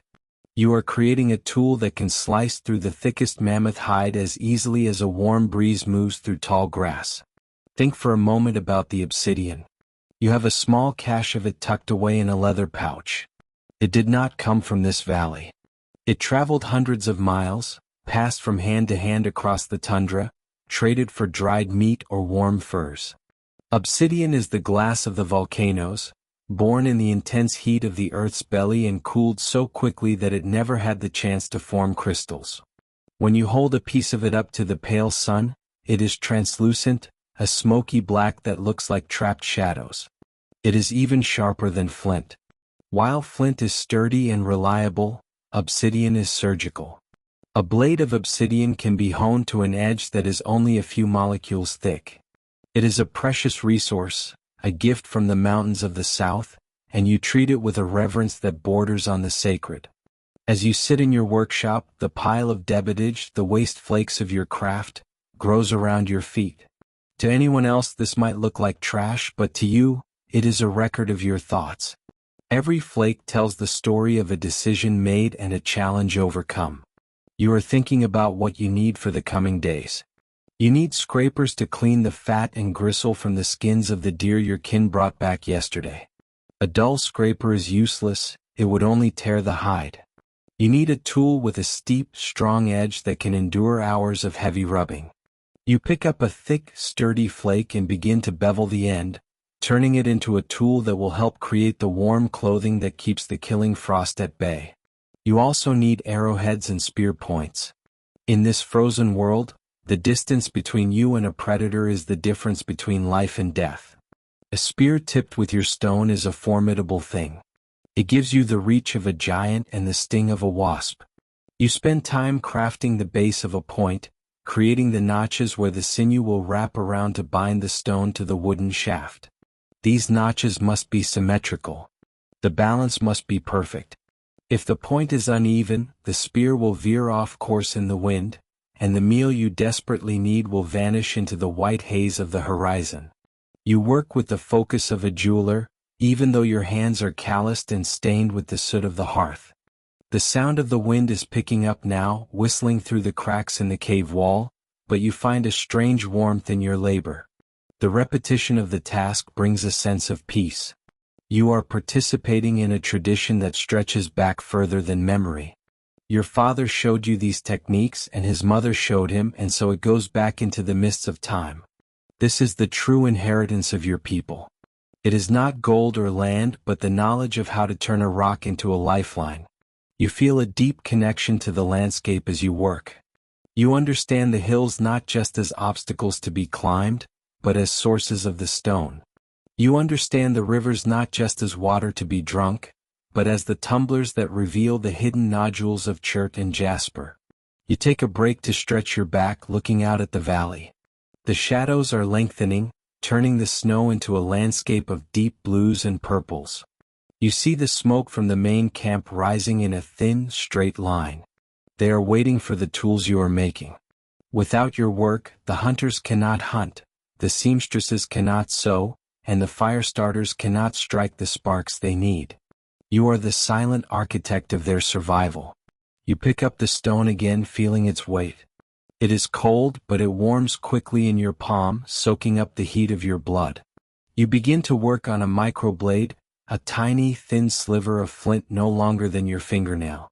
These are the most difficult to produce, requiring a steady hand and a clear mind. You will inset these small blades into a handle made of bone or wood, using a mixture of pine resin and beeswax as a glue. When lined up in a row, these microblades create a long, serrated cutting edge that can be easily repaired. If one tooth breaks, you simply pop it out and glue in a new one. It is a modular system, an ancient piece of engineering that shows just how much thought goes into surviving the ice. You are not just a brute struggling against the cold. You are a designer, a problem solver, and a master of geometry. As the light begins to fade, you finish the last of the scrapers. You gather your finished tools and place them carefully into your kit. The stone dust on your hands is a fine powder now, and you rub your palms together, letting the grit fall back to the earth. You look at the pile of flakes you have created. One day, thousands of years from now, someone might find this spot. They might see these chips of stone and recognize the work of a human hand. They might wonder who you were and what you were thinking as the wind howled outside. They will see the mastery in the fractures and the precision in the edges. But for now, those thoughts are far away. Your world is defined by the immediate needs of your people and the enduring strength of the stone. You stand up, feeling the stiffness in your knees, and prepare to head back to the warmth of the fire. You carry the tools with you, the flint and the obsidian, the keys to the kingdom of the ice. You move with a quiet confidence, knowing that as long as there are stones in the earth and the skill in your hands, the winter will not defeat you. The world is cold, yes, but you have the means to carve a life out of its frozen heart. You walk toward the smoke and the light, leaving the workshop to the gathering dark, a master of the edge, a guardian of the flame. You step away from the open air and toward the heavy, dark silhouette of the mountain. The transition is not just one of sight, but of sound and pressure. Outside, the wind is a constant, restless presence that pulls at your clothing and steals the heat from your skin before it can even settle. But as you move toward the mouth of the cave, that wind begins to lose its grip. You are entering a different world, a subterranean realm where the rules of the Ice Age winter seem to bend and soften. The mouth of the cavern is wide and arched, like a great stone rib cage, and as you cross the threshold, the harsh, bright glare of the sun on the snow fades into a soft, monochromatic gray. The air here feels different immediately. It is heavier, more humid, and strangely still. You can feel the moisture against your face, a gentle dampness that carries the scent of ancient minerals and wet limestone. As you walk further in, the biting chill of the tundra begins to dissipate. It is replaced by a steady, cool neutrality. This is the first great secret of survival in this frozen epoch. While the world above might plummet to temperatures that freeze the breath in your lungs, the deep earth remains constant. The thick layers of rock above you act as a massive thermal blanket, insulating this space from the volatile fluctuations of the surface. You find yourself in a place where it is never truly freezing, but never truly warm, a reliable sanctuary where the temperature hovers around the same mark every day of every year. You continue your walk, leaving the gray light of the entrance behind. Under your feet, the ground is no longer frozen permafrost. Instead, you feel the crunch of dry dirt and the occasional smoothness of a river stone brought inside by those who live here. Your eyes begin to adjust to the deepening gloom. To your left and right, the walls are textured with the history of the earth, ridges and ripples of stone that have been carved by water over millions of years. You reach out and touch the wall. It is cool to the touch, but it does not have the killing sting of ice. It feels solid and eternal. This is the thermal mass of the mountain, a battery that stores the ambient energy of the planet and refuses to let it go. As you move deeper, you notice the clever ways your ancestors have modified this natural fortress. Near the entrance, where the cold air tries to creep in, they have constructed a series of baffles. You see thick, heavy hides from mammoth and bison draped over wooden frames, creating a staggered hallway that breaks the force of the wind. You push through one of these curtains, feeling the weight of the fur against your hands. It is oily and thick, smelling of smoke and animal musk. On the other side, the temperature jumps up by several degrees. The air is no longer just neutral, it is becoming cozy. You find yourself in a large central chamber. This is the heart of the home. In the center of the room, a fire is burning, but it is not the roaring, wind-whipped flame of the outside world. Here, the fire is a low, steady glow, its smoke rising in a thin, predictable ribbon toward a natural fissure in the ceiling far above. The light from the hearth dances across the ceiling, casting long, swaying shadows that make the stone walls look as though they are breathing. You see the inhabitants of this place, your companions in this long winter, sitting on piles of furs. They are not shivering. They are relaxed, their movements slow and deliberate. You take a seat on a bed of dried ferns and grasses that has been layered over the stone floor. This is another layer of insulation. The cold of the deep earth can still sap the heat from a sleeping body, so the floor has been prepared with care.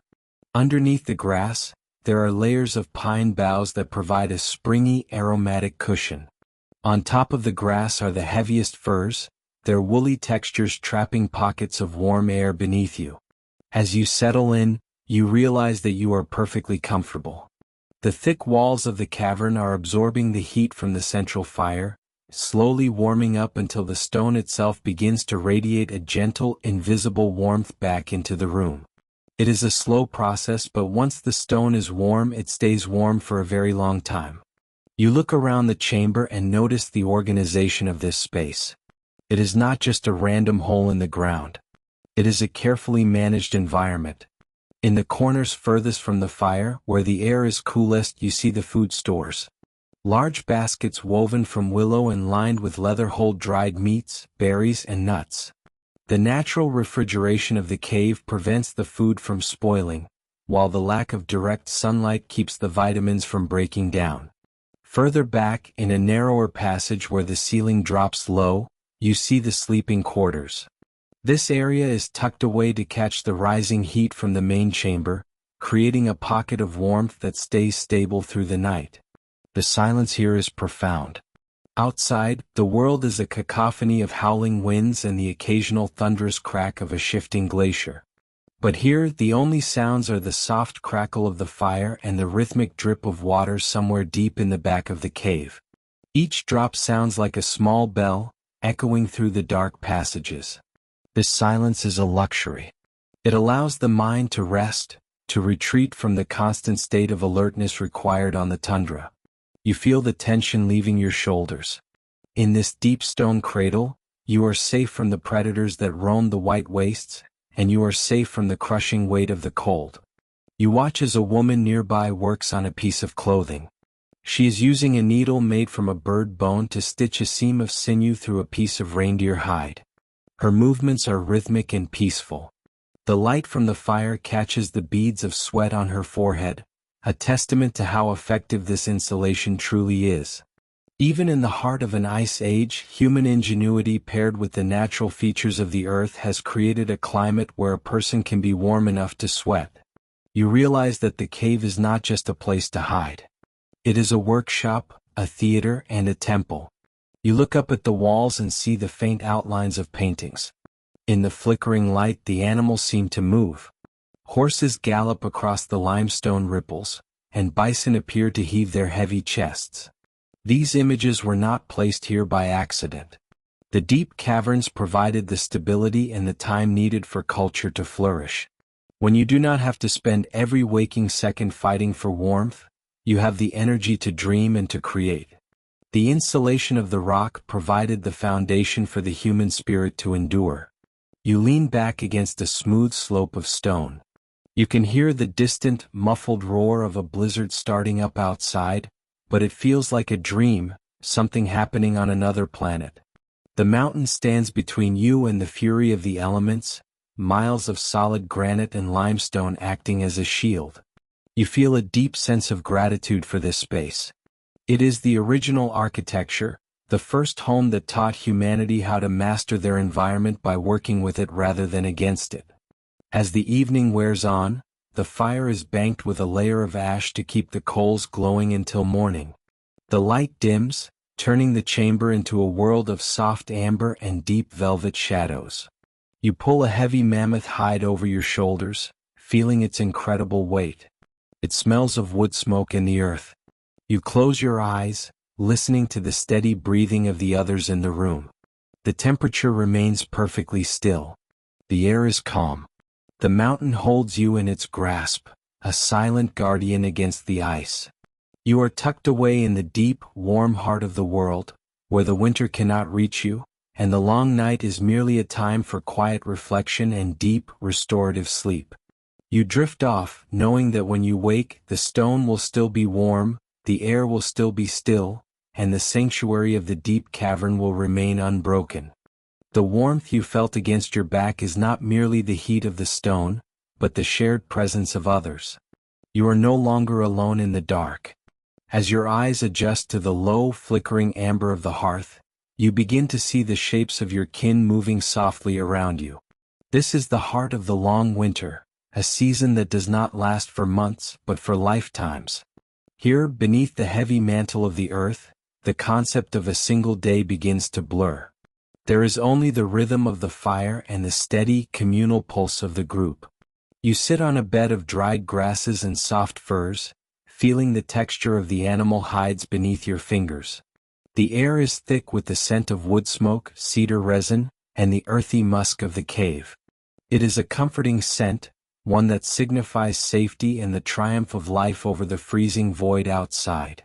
You watch the way the shadows dance upon the limestone walls, long and undulating, turning the jagged rocks into a canvas of shifting stories. In this space, your survival depends on more than just the calories you consume or the thickness of your clothing. It depends on the invisible threads that bind you to the people sitting across from you. You look at an elder, their face a map of deep lines and weathered skin, illuminated by the orange glow. They are currently working a piece of reindeer antler with a small flint burin, their hands moving with a precision that comes from decades of repetition.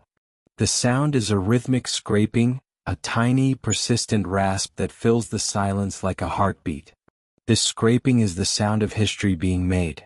Every notch in the antler, every smoothed edge of a bone needle, is a testament to the endurance of your people.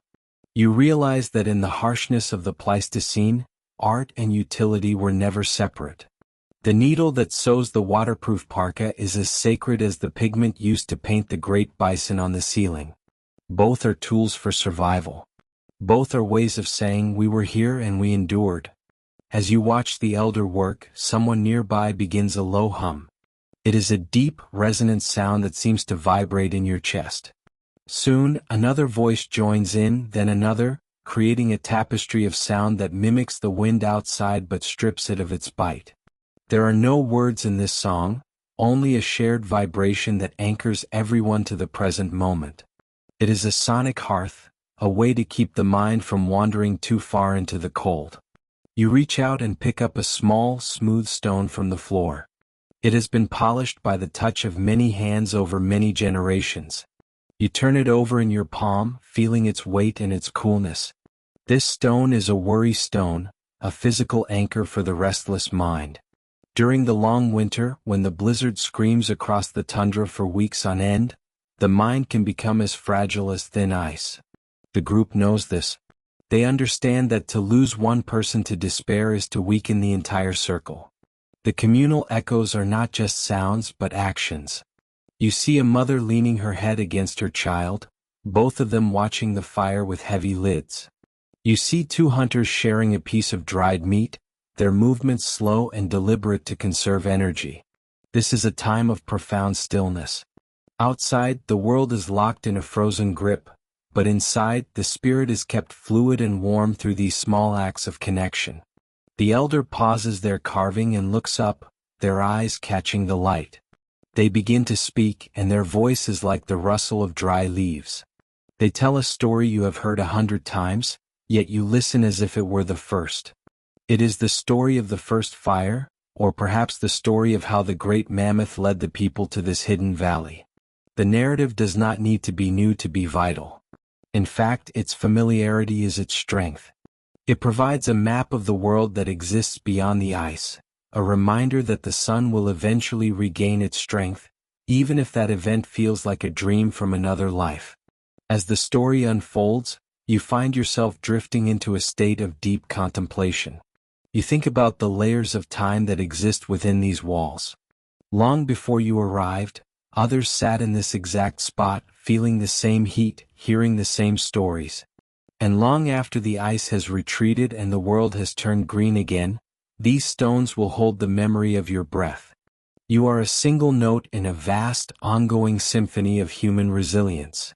The fire begins to settle, the bright flames giving way to a deep, pulsating glow of red embers. This is the most intimate time of the night. The large movements of the day are over, and the world shrinks down to the small circle around the coals. You feel a sense of profound peace.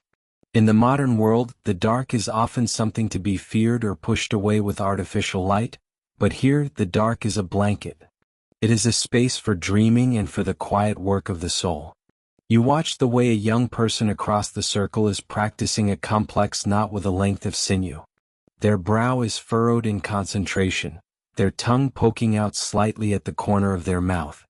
They are learning the skills that will one day keep their own children warm. This transfer of knowledge is the most precious thing you possess. It is more valuable than any cache of flint or pile of furs.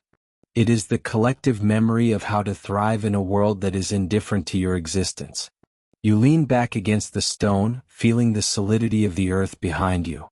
The vibrations of the humming have faded into a gentle silence, broken only by the occasional pop of a sap pocket in the wood.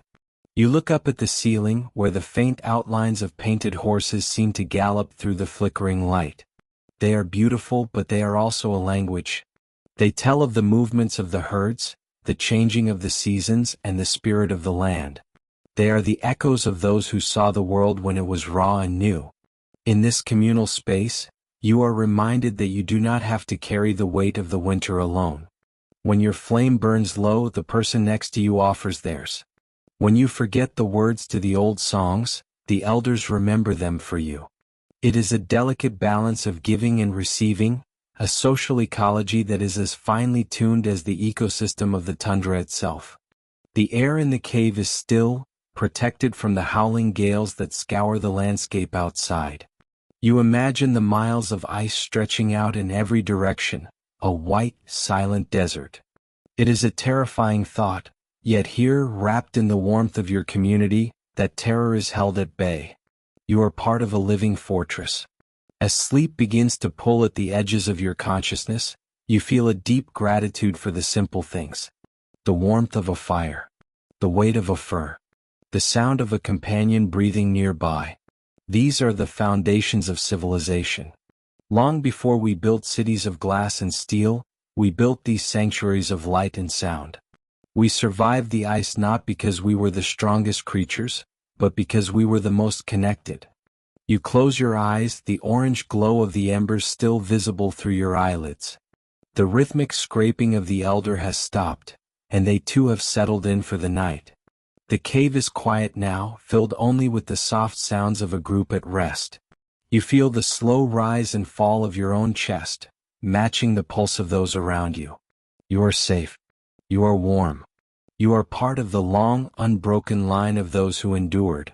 The echoes of the winter are not just the sounds of the wind or the cracking of the ice.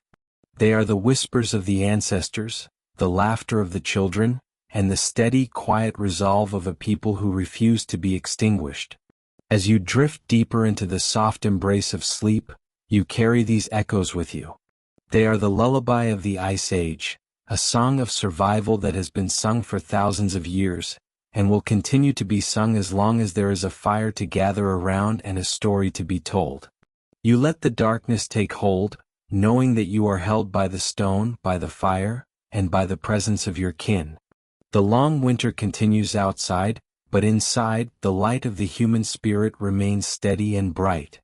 You are resting now, preparing for the tomorrow that will eventually come, tucked away in the heart of the earth where the cold cannot reach you. The silence is complete, a soft velvet curtain that falls over the world, leaving you in a state of perfect, communal peace. In the quiet, you can almost hear the heartbeat of the earth itself, slow and deep. It is a reminder that the world is alive, even under its frozen skin. And you, sitting here in the warmth, are a vital part of that life. You are the warmth in the cold, the light in the dark, the echo that refuses to fade. Sleep now, for the winter is long, but you are not alone. You have the fire, you have the stone, and you have the echoes of those who walk this path before you. All is well in the sanctuary of the cave. All is well in the heart of the long winter. The flickering orange light dims further, turning the world into soft gradients of charcoal and amber. You feel the heavy, comforting pressure of sleep settling over your limbs like a thick quilt. The cave walls seem to breathe with you, a gentle, rhythmic expansion and contraction that lulls you into a state of total stillness. You are no longer an individual fighting against the elements. You are a part of the group, a part of the cave, a part of the very history of the world. The stories told by the elder linger in the air like the faint scent of smoke. They weave through your dreams, populating the landscape of your mind with great beasts and brave journeys. In your sleep, you are walking across the sunlit grass of a future spring, but the warmth you feel is the same warmth you feel now. It is the warmth of belonging. As the last of the embers fade to a dull, pulsing red, you sink into the final layer of rest. The long winter will remain outside, but it has no power here.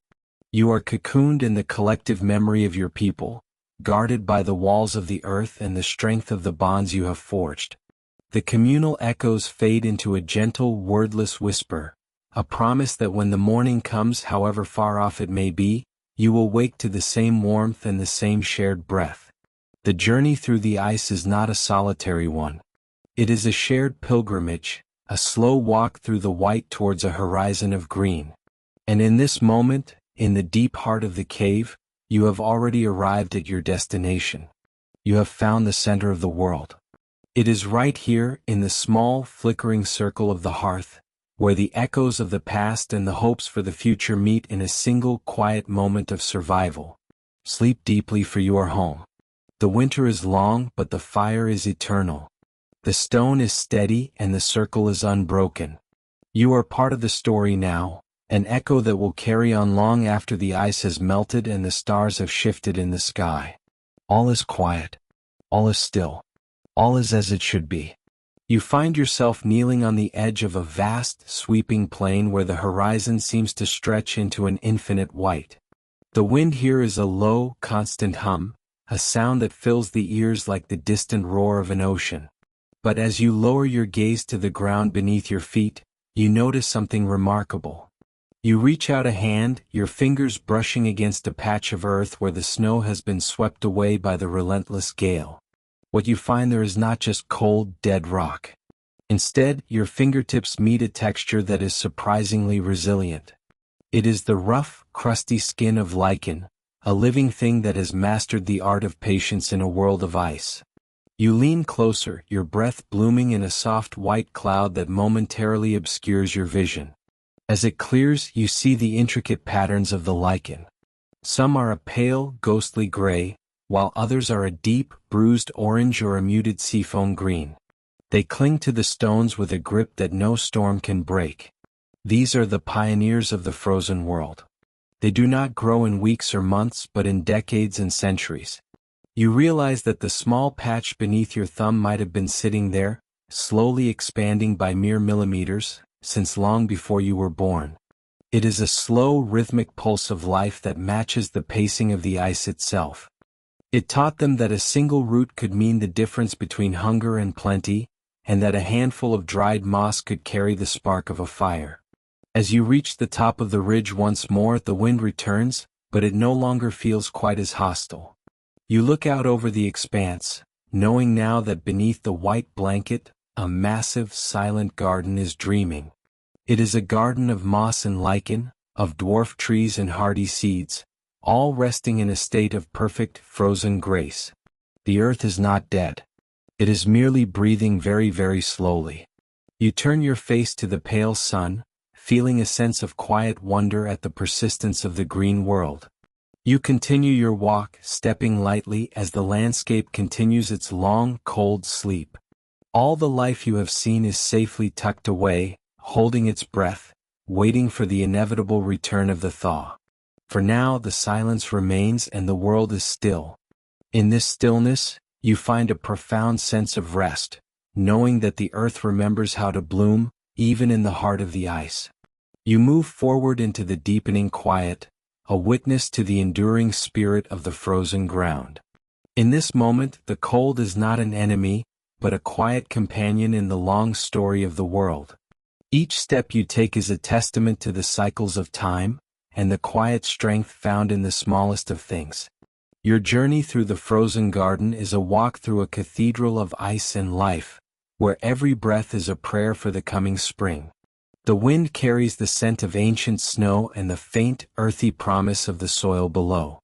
You are part of this landscape now, a traveler in a world that knows how to survive, how to endure, and how to wait for the light to return. You wake before the sun has even considered touching the edge of the world.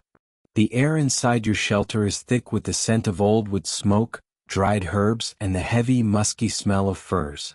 It is a comforting scent, one that speaks of safety and the long history of your people. You move slowly, your joints stiff from the cold that manages to seep through even the thickest layers of insulation. As you sit up, you feel the familiar texture of the woven grass mat beneath you. It is a small thing, a simple craft, yet it represents hours of patient work, gathering the right stalks from the edges of a frozen marsh and weaving them into a barrier against the damp earth. This is the essence of your life in this frozen era. It is not just about the grand hunt or the clash of spears against the mighty mammoth. It is about the quiet, persistent spirit of the forager. You pull a heavy cloak of reindeer hide over your shoulders and step outside. The world is a study in blue and silver. The frost has transformed the landscape into something brittle and glass-like. Every branch of the low-growing birch trees is encased in a delicate sheath of ice that rattles softly in the morning breeze. You breathe in, and the cold air bites at the back of your throat, a sharp reminder that the environment is indifferent to your presence. But you are not indifferent to it. You look at this frozen expanse not as a wasteland but as a vast, sleeping pantry. Your eyes have been trained since childhood to see what others might miss. You do not just see a field of snow.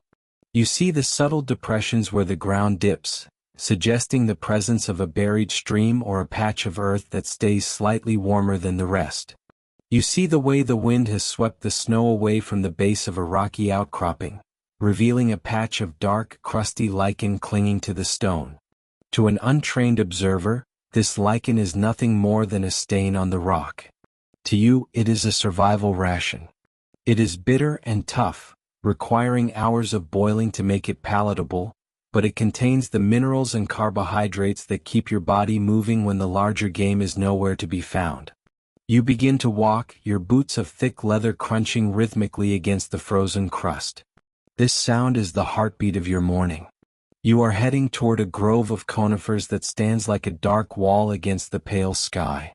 In this world, trees are more than just fuel for your fire. They are guardians of life. As you reach the edge of the grove, the air changes. It becomes stiller, smelling of resin and damp needles. You reach out and touch the bark of a pine tree. It is rough and cold, but you know that beneath this outer layer lies the inner bark, the cambium. In the leanest months, this sweet, pale layer can be ground into a flour or eaten in thin strips. It is a gift of the forest, a secret shared between the tree and those who know how to ask. You move deeper into the shadows of the trees. Here the snow is thinner, caught by the dense canopy above. You kneel and begin to brush away the leaf litter and pine needles. Your fingers, though numbed by the chill, are nimble. You are looking for the small, hard treasures of the previous autumn. A handful of pine nuts, missed by the squirrels, or perhaps some dried berries that have shriveled into dark, sugary gems. You find a few, their skins wrinkled and tough, and you press them into a small leather pouch at your belt. Each one is a tiny burst of energy, a concentrated piece of the summer sun held captive in a frozen shell. The persistence of the foraging spirit is found in this patience. It is the understanding that survival is a game of increments. You are not looking for a feast today. You are looking for enough. Enough to keep the fire of your metabolism burning.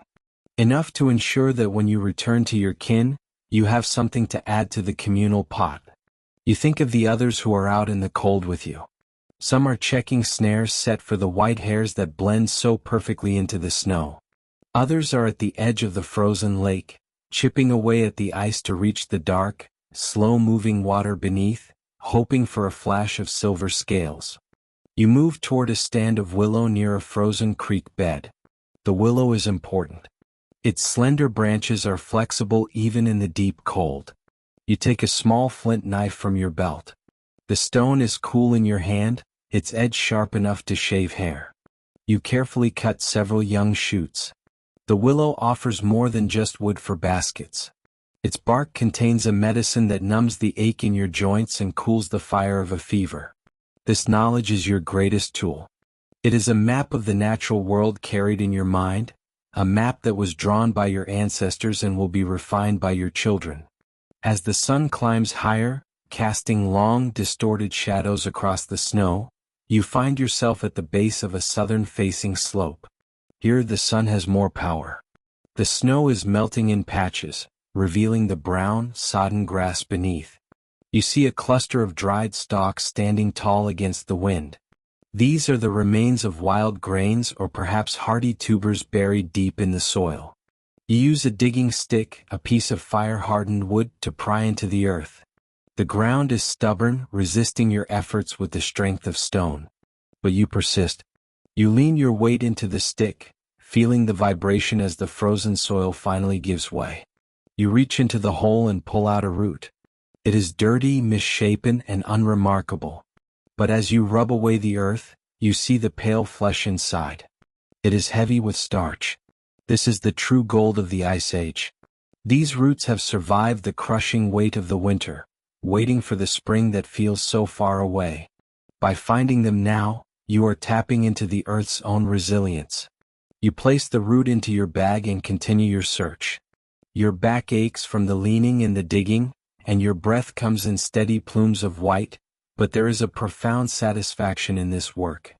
You are a participant in an ancient dance. You are part of the cycle of the seasons, even when the seasons seem to have stalled in a permanent winter. The foraging spirit is about more than just food. It is about the deep observation of the world. You notice the tracks of a fox, a delicate line of diamonds stitched into the snow. You notice the way the light catches the ice crystals in the air, creating a halo around the sun. You notice the silence and you understand what it means. The silence tells you that the wind is changing direction, that a storm may be gathering beyond the mountains. As you turn to begin the trek back to your shelter, your bag is heavier. It clangs softly with the weight of roots, bark, and a few handfuls of nuts.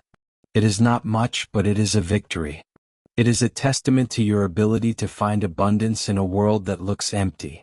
You walk with a sense of purpose, your eyes still scanning the ground, always looking, always learning. You think about the evening ahead. The fire will be built up high. The roots will be cleaned and roasted in the embers, their smell filling the small space with a sweet, earthy aroma. The willow bark will be steeped in water, providing relief to the elders. You are not just a survivor. You are a keeper of knowledge. Every plant you recognize, every resource you uncover, is a thread in the tapestry of your culture. This is how your people have endured through the millennia. Not just by being strong, but by being attentive, by respecting the small things, by understanding that the persistence of life is found in the cracks of the ice and the shadows of the trees. The horizon begins to glow with the soft oranges and purples of the approaching dusk. The temperature is already dropping, the air growing brittle once again. You reach the entrance of your shelter and pause. You look back at the landscape you have traversed today. It is vast, beautiful, and terrifying. But it is also familiar. You belong here. You have found your place in the cold, and as long as the foraging spirit persists, you and your kin will continue to walk this silver world, finding the hidden life that waits beneath the snow. You step inside, leaving the frozen world behind for the warmth of the hearth, knowing that tomorrow, you will wake and do it all again, guided by the quiet, enduring wisdom of the forager. You are standing on a ridge of gravel and broken stone, a landscape shaped by the immense weight of the past. For generations, your people have lived in the shadow of the great white walls, the glaciers that seemed as permanent as the stars themselves. But now, the world is changing in ways that even the oldest storytellers struggle to describe. The air, which once held a sharp, metallic bite that could freeze the breath in your lungs, has softened. It is not warm by any modern standard, but it is kinder. You feel it on your face, a gentle pressure that no longer seeks to harm. You are witnessing the end of an era, the slow and steady retreat of the ice that has defined the human experience for thousands of years. Look out toward the horizon where the glacier meets the sky. It is no longer a static, frozen cliff. It is alive with a deep, subsonic groaning. You can hear the ice shifting under its own impossible weight. It sounds like the earth itself is sighing. In the stillness of the afternoon, a sound like a distant crack of thunder rolls across the valley. It is not a storm, but a piece of the ice wall shearing off, collapsing into a turquoise pool of meltwater. This is the sound of the world waking up. You watch as the white expanse, once so pure and unrelenting, begins to show the scars of its age. Deep cracks, called crevasses, reveal glimpses of a blue so dark and intense it looks like the ocean has been trapped inside the frozen earth. You look down at your feet. You are standing on what the future will call a moraine.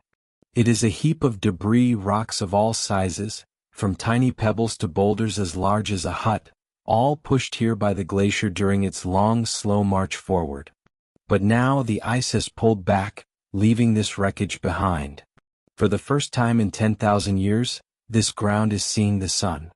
It is damp and dark, smelling of crushed minerals and ancient silt.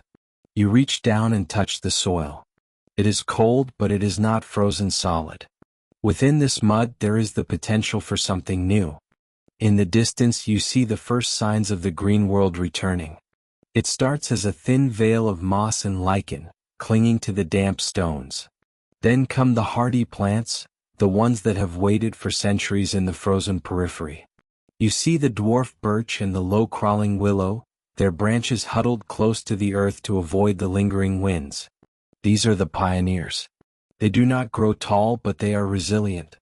They are the scouts of a great forest that is still hundreds of miles to the south, waiting for the path to clear. You notice a small white flower, the mountain avens, poking its head through a patch of receding snow. It is a fragile thing, yet it has survived the weight of the ice age. The water is the most dramatic change. For as long as memory serves, water was a scarce resource, locked away in ice or hidden beneath the permafrost. Now it is everywhere. You hear the constant rhythmic dripping of the thaw. Small trickles merge into silver threads, which join to form rushing streams. These streams are milky and opaque, filled with the fine dust of ground-up mountains. You follow the sound to a great river that has carved a canyon through the valley floor. It is a chaotic, powerful force, carrying chunks of ice and uprooted shrubs toward the distant sea. The rivers are the veins of the earth, and they are finally flowing again. You notice how the animals are responding to this shift. The great herds of reindeer, which used to huddle in the sheltered valleys to the south, are now moving north. They follow the retreating edge of the ice, seeking the fresh, nutrient-rich plants that spring up in the wake of the melt. You see them as a shimmering brown tide moving across the tundra. Their hooves make a clicking sound that echoes in the crisp air. They are moving into lands where no living creature has stepped for 100 lifetimes. Behind them come the predators, the wolves and the lions, and behind them come your people. As a watcher of the ice, you understand that this retreat is not a steady process. There are years when the winter returns with a vengeance, when the glacier seems to hold its ground or even push forward a few yards as if refusing to yield. But the overall trend is clear. The sun stays in the sky a little longer each season. The shadows are not quite as deep. You spend your days mapping the new terrain. Valleys that were once filled with hundreds of feet of ice are now open, revealing jagged cliffs and hidden caves. You find stones that have been polished smooth by the glacial transit, looking like giant, pale eggs scattered across the landscape. You think about the stories of your ancestors who spoke of a world that was always white, where the only colors were the gray of the sky and the brown of the fur. Now your eyes must adjust to a new palette. There is the vibrant green of the moss, the deep blue of the meltwater lakes, and the purple hue of the distant mountains as the haze clears. Even the sky seems different. Without the constant dust of the dry, windy glacial periods, the air is clearer. At night, the stars are so bright they seem to vibrate, and the northern lights dance with a frantic energy over the shrinking ice sheets.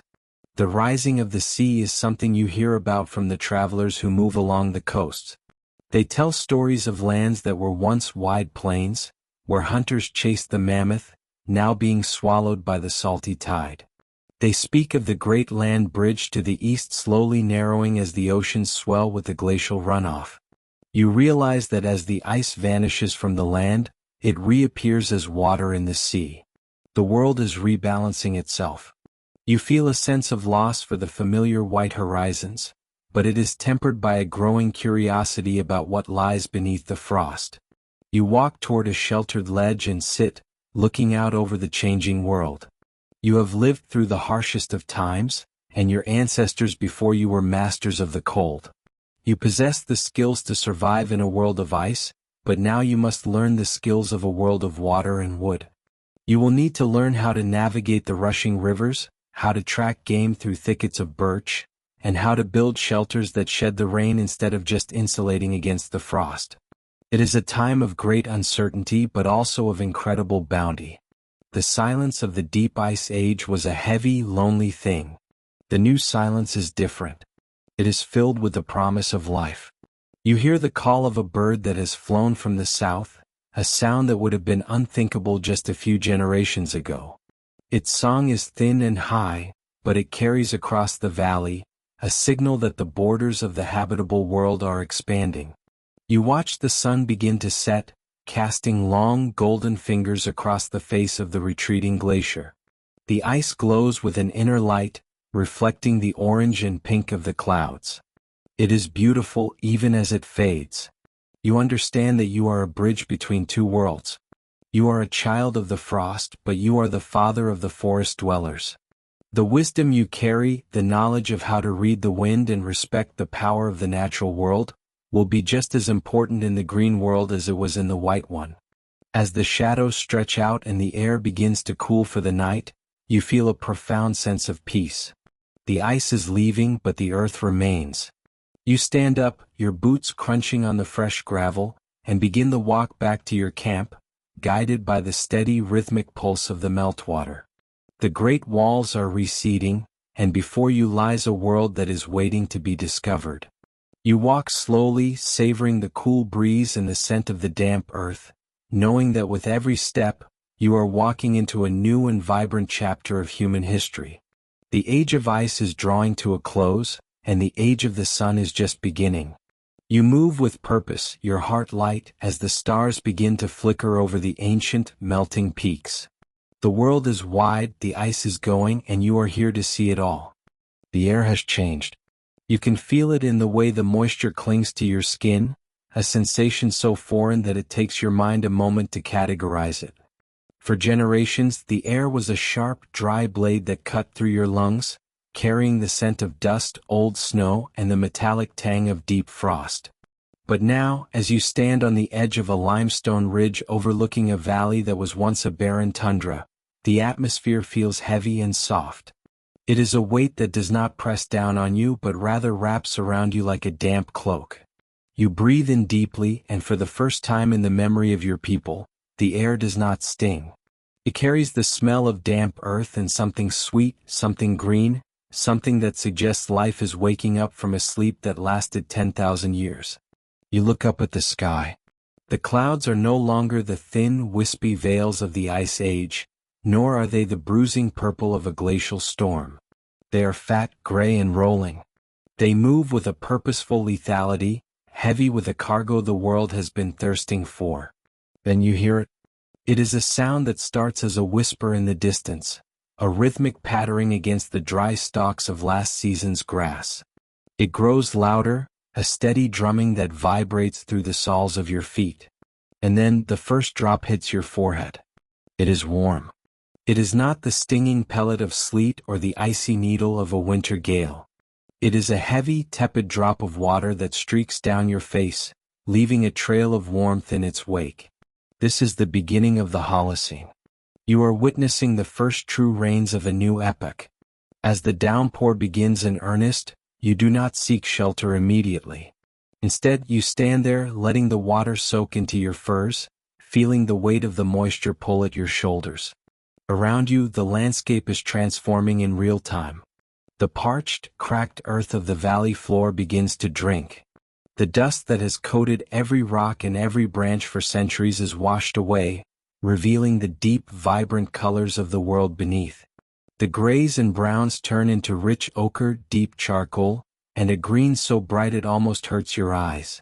You walk down the slope toward the valley floor, your footsteps making a soft, squelching sound in the mud. This mud is a miracle. For your ancestors, the ground was either frozen solid or a treacherous slurry of permafrost melt.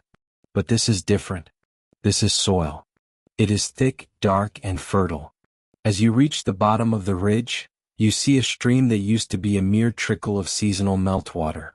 Now it is a rushing torrent. The water is brown with silt, carrying the debris of the old world away to the sea. You watch as a fallen birch tree is swept along the current, bouncing off the rocks with a hollow thud. The sound of the rushing water fills the valley, a constant, low-frequency roar that replaces the eerie silence of the ice. The rain continues for days, but it is not a hardship. It is a baptism.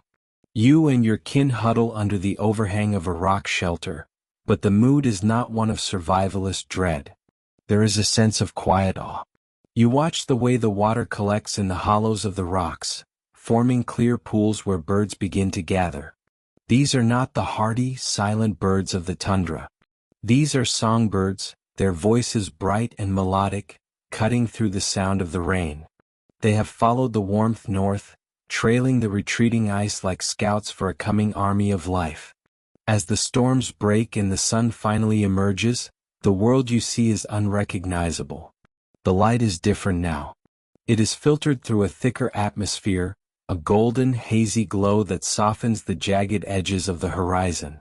You look out across the valley and see a shimmer of green spreading like a slow-motion wave.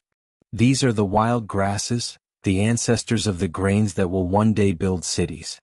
They are growing with a frantic energy, fueled by the sudden abundance of water and the relentless warmth of the sun. You walk out into the meadow and the grass already reaches your knees. It is soft and supple, swaying in a breeze that feels like a gentle hand against your cheek. You notice the movement in the distance. The great herds of the Ice Age are gone or moving further north, seeking the dwindling cold. But in their place, new neighbors have arrived. You see the red deer, their coats glowing in the sunlight, moving through the new forests of oak and hazel that are beginning to march across the hillsides. You see the wild boar rooting in the damp earth, their grunts echoing in the still air. The world is becoming crowded, but it is a comfortable crowding. There is enough for everyone now. The scarcity that defined the lives of your fathers and mothers is evaporating like the morning mist. You reach down and run your hand through the tall stalks of wild barley. You can feel the roughness of the husks, the potential energy stored within the tiny seeds. In the old world, you were a wanderer by necessity, forced to follow the migration of the reindeer or perish. But now you look at this valley, this lush, watered garden, and you feel a new sensation. The desire to stay. The water is here. The food is here. The weather is stable. The frantic, nomadic pulse of your blood begins to slow to the rhythm of the seasons. You realize that you do not need to move across the horizon to find the next meal.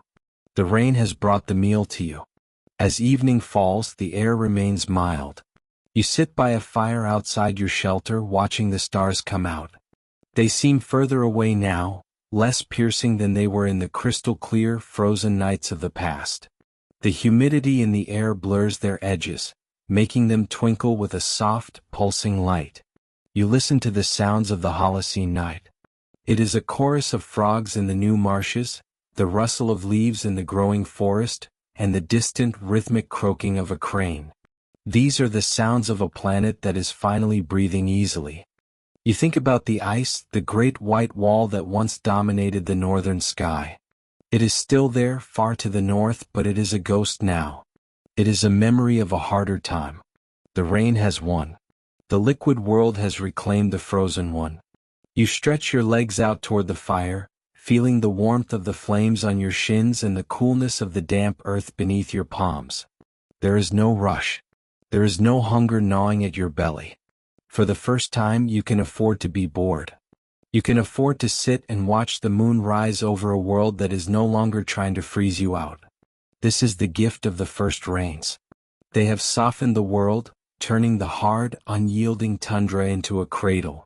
You close your eyes, and the sound of the dripping water from the trees above becomes a lullaby. It is the sound of the earth replenishing itself, of the underground aquifers filling, of the roots of a million trees drinking deep. You are a witness to the greatest transition in human history, the moment when the climate stopped being an enemy and became a partner. In this new, wet, green world, the possibilities are as vast as the forests now spreading to the horizon. You breathe in the scent of the damp earth one last time before sleep takes you, a deep, peaceful sleep in a world that has finally found its balance. The long winter is over and the long summer of humanity has just begun. The rain continues to fall, gentle and persistent, a steady heartbeat for a new era, ensuring that when you wake, the world will be even greener than it was when you closed your eyes. You stand now on a vast, elevated plateau where the air is so thin and crisp that every breath feels like a clean, sharp draft of cold water. The world here is different from the humid forests or the windswept plains you have visited before. Here, the ground beneath your feet is as hard as granite, a deep and unyielding foundation that has remained frozen for 10,000 years. You are standing upon the permafrost, a silent and ancient vault that holds the secrets of the Ice Age within its icy grip. The light of the sun is pale and silver, casting long, elegant shadows across the white expanse. It is a landscape that feels eternal, a place where time does not seem to flow in the way we usually understand it. Instead, time is layered, stacked one year upon another, preserved in the frost like a book waiting to be read. As you begin to walk, the sound of your footsteps is a rhythmic, muffled crunch. There is no mud here, no soft earth to give way. The cold has turned the soil into something architectural.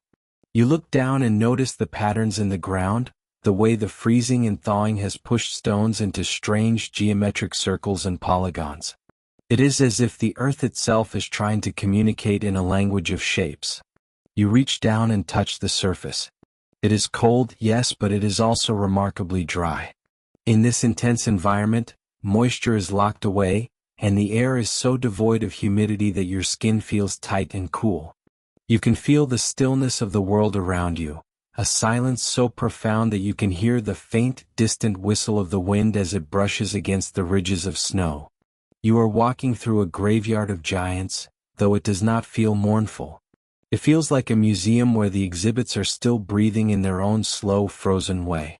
Beneath the surface where you stand, just a few feet down, the permafrost holds the remains of creatures that once shared this world with the people who called this ice their home. You imagine a great woolly mammoth, its massive tusks curving like the arches of a cathedral, lying perfectly preserved in the dark, frozen earth. Its fur, thick and coarse, remains intact, and even the last flowers it ate for breakfast thousands of years ago are still there, held in a state of perfect suspension. The ice does not destroy. Remembers? It cradles the past and keeps it from fading away into dust. You continue your journey across this frozen sea of land, and you begin to see signs of human presence. These are not grand monuments of stone or towering cities, but rather the quiet, humble echoes of a life lived in harmony with the cold. You find a small indentation in the ground, sheltered by a natural outcrop of dark rock. You kneel beside it and see the remains of a hearth. The charcoal is still there, black and brittle, the remnants of a fire that warmed a family 10 centuries before the first pyramid was ever conceived. You can almost see the flicker of the flames against the rock, casting orange light on the faces of people who sat exactly where you are sitting now. They were not struggling to survive. They were at home. They understood the rhythm of the frost, the way the wind moved, and the signs of the shifting seasons. To your left, you notice a small object partially revealed by the wind. You reach out and pick it up, brushing away the fine, powdery snow. It is a needle made from the bone of a bird. It is slender and delicate, with a hole at one end so small it seems impossible it was made by human hands using only stone tools. You hold it in your palm and marvel at its weightlessness. This needle was a vital piece of technology. It allowed someone to sew the airtight, waterproof clothing that made life in the Arctic possible. Without this small sliver of bone, the cold would have been an enemy. With it, the cold was simply a condition of life. You feel a deep sense of connection to the person who used this tool. You can imagine their hands, perhaps calloused and steady, working by the light of a fat lamp to create garments that were as much a feat of engineering as any modern spacesuit. The wind picks up slightly, but it is not a harsh wind. It is a gentle, steady breath that carries the scent of ancient ice and dry grass. You look out toward the horizon where the sky meets the white earth in a blurred line of lavender and soft blue. This is the blue hour, that time of day when the sun has dipped below the edge of the world but its light still lingers, refracting through the ice crystals in the air. The world becomes a monochromatic masterpiece. Everything is a shade of indigo, cerulean, or slate. You find yourself slowing down, your breathing evening out as you absorb the tranquility of this place. There is no hurry here.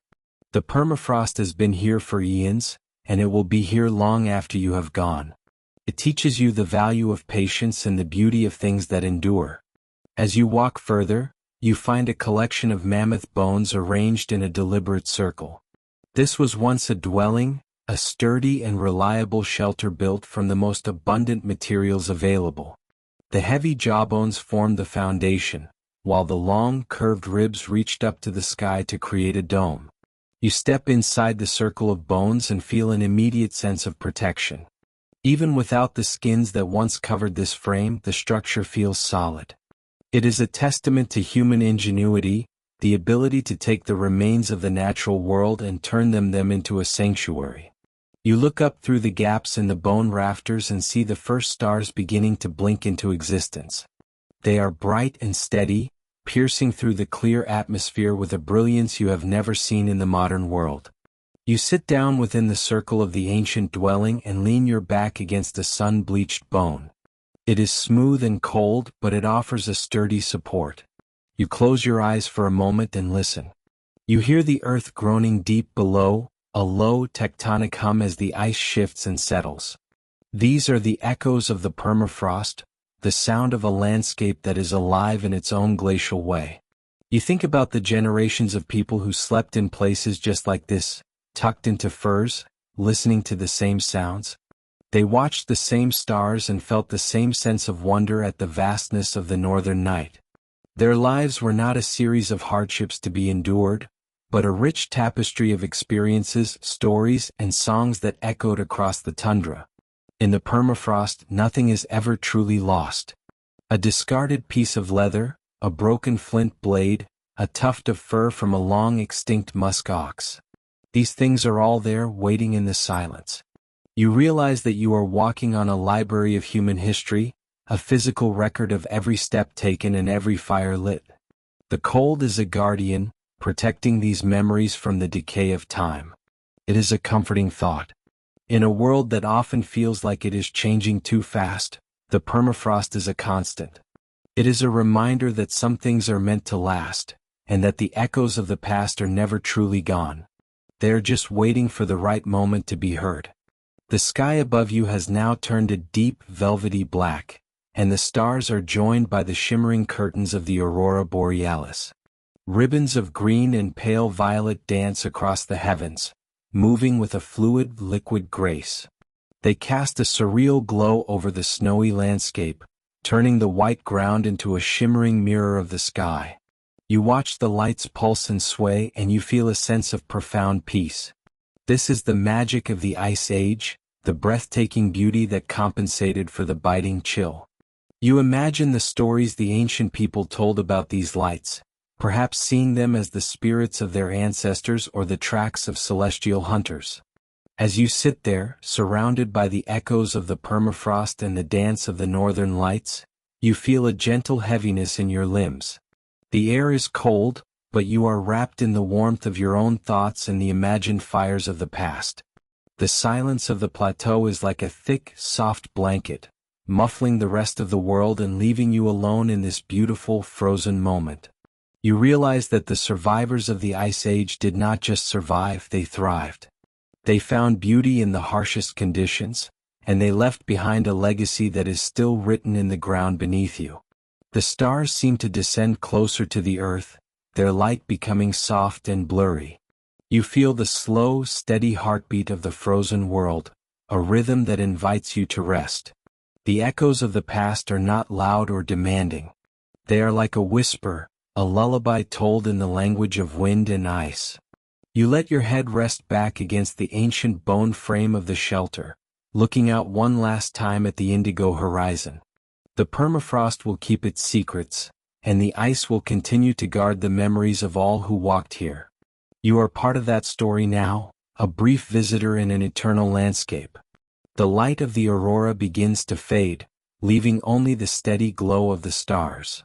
The world is perfectly still, perfectly quiet, and perfectly preserved. You feel the weight of the centuries pressing down with a gentle, comforting touch, urging you to close your eyes and join the long, peaceful sleep of the frost. The echoes are fading now, sinking back into the deep, frozen earth where they will remain safe and sound forever. You breathe in the cold, pure air one last time, feeling it fill your lungs with the essence of the ancient world. Then you let your breath out slowly, a soft cloud of mist that vanishes into the night, as you drift into a deep and dreamless slumber, protected by the eternal silence of the permafrost.